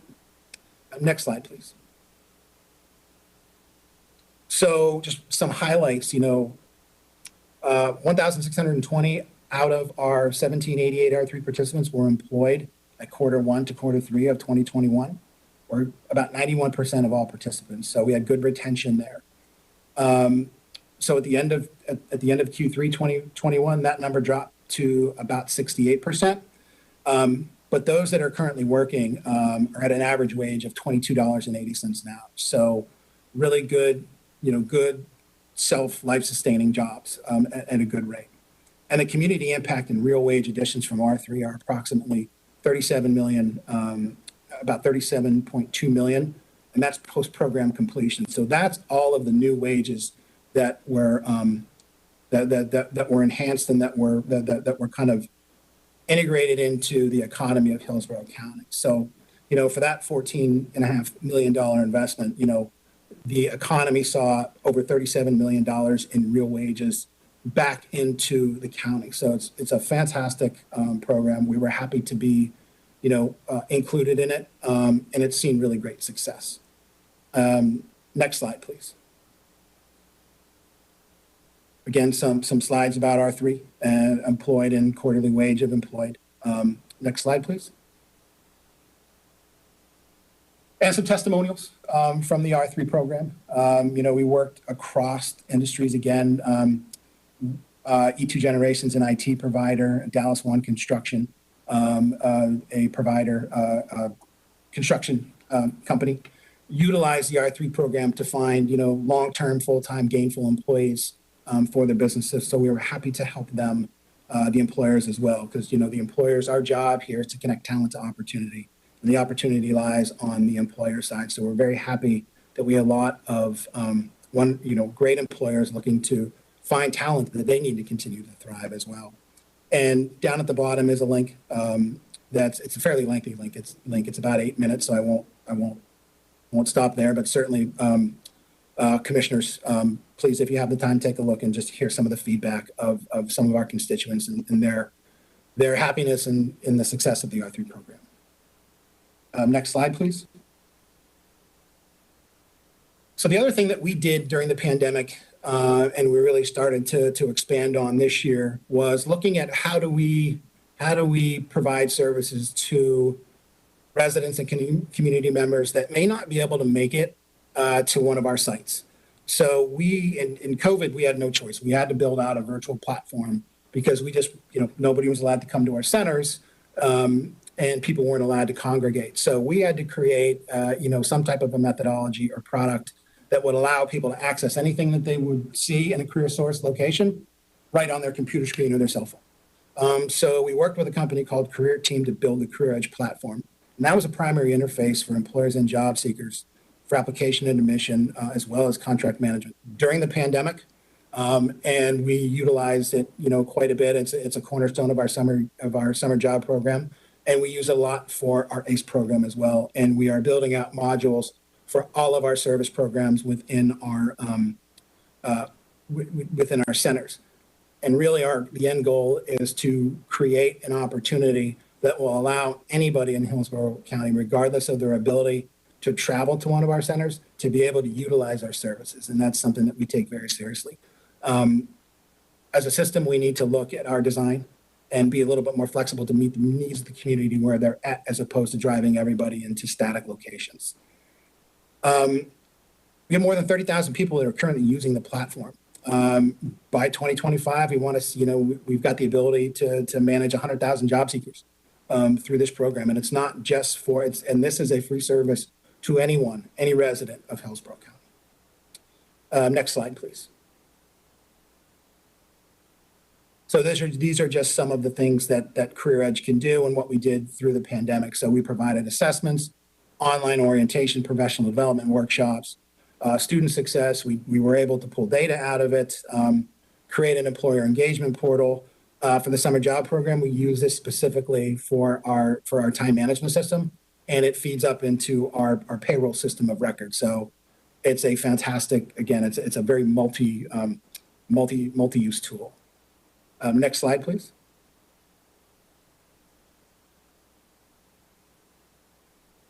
And then here are just some of the professional development and life skills offerings that CareerSource provides.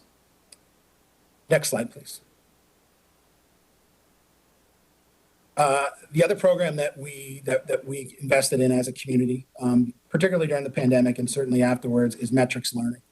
And Metrics Learning offers over 5,000 workplace skills, business and IT courses, 10 career pathways for 200 occupations, over 300 skills tracks, and 100 plus certification training tracks.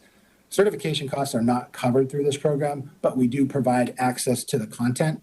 And then so long as they're enrolled in one of our programs, like our WIOA program, that's a cost that we do cover.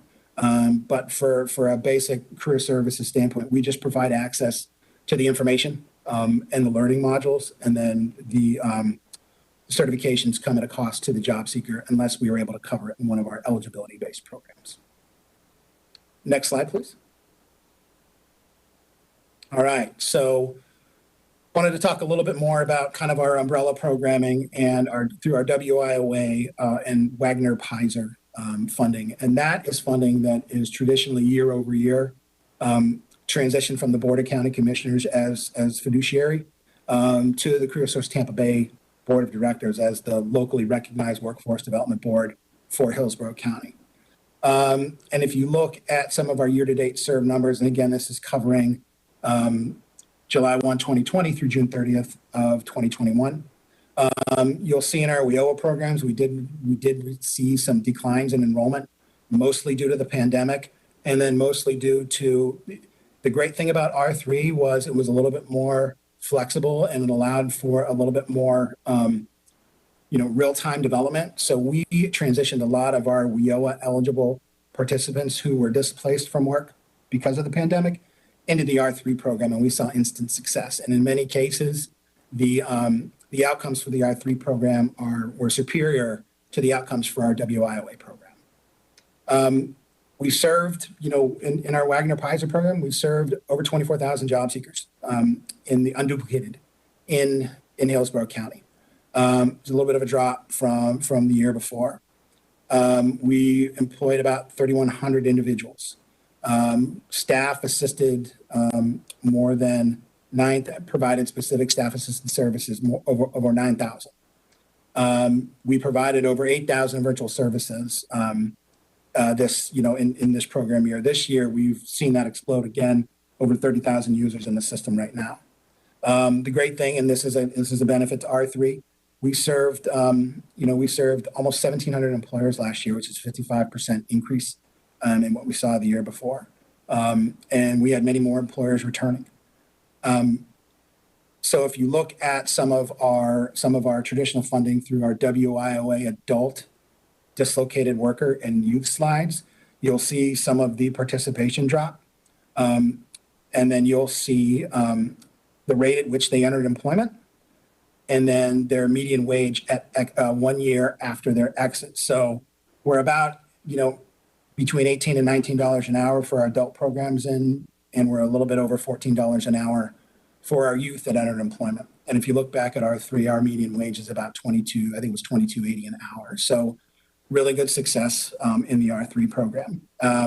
What we're hoping for is as we start to see some semblance of normalcy, I'm not sure things will ever be back to normal, but we're starting to see this year our WIOA rates pick up, mostly because too, we don't have the R3 program because CARES Act funding ended. But our center traffic continues to increase week over week and month over month into this year. Next slide, please. And then if this is just our performance dashboard, again, over 26,000 individuals between our traditional services and CARES were served through CareerSource Tampa Bay. Almost 1,700 employers provided services. Over 173,000 unique services were provided by CareerSource Tampa Bay to over 37,000 individuals seeking employment. WIOA program had almost 1,000 adults, about a little over 500 dislocated workers, and served over 800 youth this year. And through our welfare transition program, 3,598 families enrolled, with nearly 26.5% leaving with entered employment. And as a total last year, 5,623 Wagner Prizer participants entered employment. So, and I believe that might be my last slide. Oh, so one of the things, sorry, one more slide. Wanted to talk a couple of things about some organizational realignment we've done. It's kind of started when I came on board in January of 2019. One of the things we did was we outsourced some of our services to a vendor for core programs effective July 1st of 2021. This is a recommendation, quite frankly, from the USDOL to ensure that what happened back in 2015, 16, and 17 really wouldn't be able to happen again. And in my experience in workforce development, it's about 15 years. I come from a background to where we typically, as the board, we are the strategic entity, we are the fiscal and program oversight, and typically direct services are put in an RFP out to vendor. Florida is one of only 2 states in the entire country that the governor provides a waiver for workforce development boards like CareerSource Tampa Bay to be direct service providers. We created and implemented our 3-year agency strategic plan, which started this year. And we commissioned an impact analysis, or an ROI. And we really did this, we started doing this before some new legislation was adopted in the state of Florida called the REACH Act, which has some higher and stricter accountability measures for not just the workforce system, but the education system as well. We wanted to make sure, and tell a good story to our community about what the real impact of CareerSource Tampa Bay is. And if you look at ROI, and again, you're able to access a report from here at your leisure, and I will also send out a link directly to the report as well to all of the board. For every dollar that we spend, we see $1.26 back in benefits to the community, whether it's through wages, taxes, decrease in dependency in social safety net services, and a couple other factors and indicators. So it's a great document to really have kind of in your hip pocket when somebody asks you about, the value of the workforce development system. You're able to have something that really says this is what the value is. So we were happy to do that. We kind of led the state in that. It's something that I wanted to do from the minute I got here because it gives us a great baseline to find areas we need to improve and to kind of double down on areas that are successful. So I recommend if you ever, I know how busy you all are, but if you ever have free time, to read this report and then to kind of look at some of the testimonials from the R3 program. And that, again, is a direct benefit, to the wisdom and the foresight of the board that passed through some of those funding opportunities to CareerSource Tampa Bay. Next slide, please. Okay. Happy to take any questions from the board. Thank you, Mr. Flanagan. I really appreciate that very thorough report. Commissioner Kemp, you're recognized. Well, I don't have questions. It was a really thorough report, but CareerSource does a whole lot of things. It's a really important resource in our community. I just want to say, having served for the last year, thank you, Mr. Flanagan. You did a great job orienting me. There was a lot to learn, and I didn't learn it in the year I was there, but I got a taste, and I got some understanding of how complex the organization is and how much work you do, and it's a big board. I know I wanted to say that I'm very appreciative of the fine job that you do leading the organization. And I don't want to actually refer, but I will just for a minute to the fact that we had some very dark years there with CareerSource, and we were merged.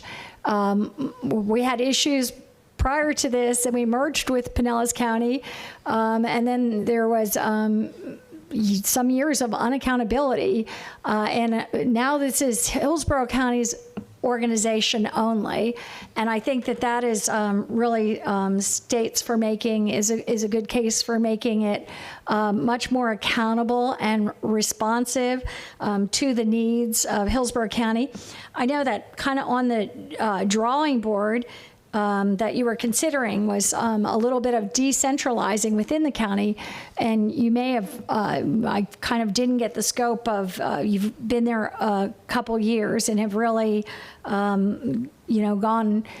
instituted a whole lot of reforms and good, effective practices, best practices to CareerSource. And I know that you were looking, or maybe, or some of it, I think I was part of the decentralizing and opening up of other centers in other parts, I know, of the county, and that you had more plans for that. And I'd also, our staff overseeing this, Lindsay Kimball, I don't know if she's already gone, but she was a great resource in this, but as well Ken Jones.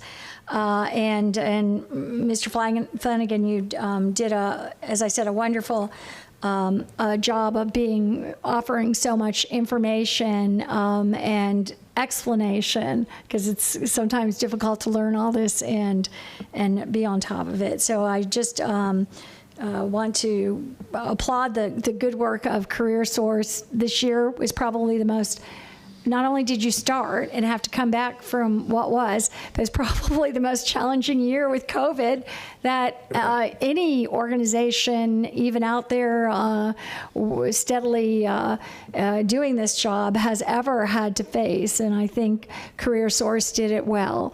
So with that, I'll just say keep up the good work. I know I won't be there, but I'll be watching, and I have every confidence that it'll continue on a really terrific track.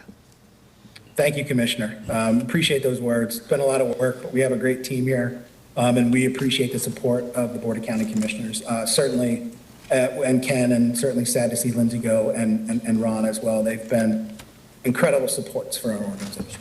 And I didn't mean to not mention Ron, because Mr. Martin was so involved in that program earlier today. It's just that with the meetings, I would see Ken Jones or Lindsay Kimball, but I know Ron is extremely involved as well. Excellent. Thank you very much. Commissioner Myers, you're recognized. Thank you, Madam Chair. I'd just like to also thank John and his team, as well as our county staff, Ron, I know Lindsay gone, and Ken. But thank you for thinking of all of those individuals who come into CareerSource looking for employment opportunities, and you all continue to develop ways to help them get jobs and training, skill training. So thank you. Thank you, Commissioner. Thank you all very much for the work that's being done here. It's great to help people get back to a place where they can be economically sustainable. I would like to, maybe at a future date, ask Mr. Flanagan to come back to the board with a report on recidivism. For those that have come out of the program, gone through the training or gotten through a part of the training, or completed the training, got the job, got the certificate, got the move forward, but may have fallen out of the employment loop. I don't know how well you track those that have gone through the program and track their employment for the next, say, year or so. But I would love to find out what the barriers to success might be after someone has really moved towards success, with the support of CareerSource and those partners that we work with, to see if there's a way you could come back and just focus on that so that we can determine when we're investing in the community what the best way to do that might be. But thank you so much for, and that doesn't need to be day after tomorrow. But I think it would be wise when we start looking at how we invest in supporting communities and businesses in the area, to have an understanding of maybe what some of the stumbling blocks might be for those families. So if you're able to bring that back within the first quarter, that would be amazing. Or perhaps he can incorporate that into his future report. Mm-hmm. That would be great. That would be excellent. Yeah. Thank you. Absolutely, Commissioner. And we do have the ability to do that. On one of our slides, you'll see kind of our outcomes. We track post-employment progress or post-program process for our WIOA program. Mm-hmm. We're required by federal law to follow up for up to a year, and you'll see some of those entered employment rates in that dashboard. And we're about 60 to 65% on those programs. So 6 out of every 10, 6.5 out of every 10, typically remain in employment, after 1 year. We don't follow after 1 year, but it's something that we are figuring out a way to do. It's very easy to do. We just look at Bureau of Labor Statistics data and Social Security wage data, plus what's available to us in Florida through the Swiss system. We can do that. That's not going to be a problem. So if you want us to start tracking exit to year 1 and year 1 to year 2, we'd be happy to do that and incorporate it in that report as well. That would be great. I mean, 6 out of 10 sounds great, but it also means 40% of those folks are no longer able to benefit from it for some reason. And I would love to have some understanding of what those reasons were. Sometimes it's personal, family, those kinds of things, and we don't have any control over that. But sometimes it's how our community is structured or the industry is structured. So I'm looking forward to hearing back from you. Thank you so much for your report. You bet. Anytime. Thank you for the opportunity. Thank you. Ms. Wise, the only other item we have is future business? Is that future issues. Future correct. issues. Okay. Do any of you have future issues or future items you'd like to see come back to the board? I would say seeing none, except for I do have 2. I would love to ask the staff, I'd say within the first quarter, you can choose which month, but within the first quarter of 22, to bring back 2 items. One, I'd like to get a status report and a progress report on the county's opportunity and opportunity for creating target transit-oriented development zones within our planning, whether that be transportation planning, comprehensive planning, or land use planning. To get a status on that project, we've talked about TOD for 3 years now, and I'd like to get a report back on what that process looks like, where we are with it, and how we could adopt that kind of strategy within our county operations. And then secondarily, the same is the case with the transfer of development rights.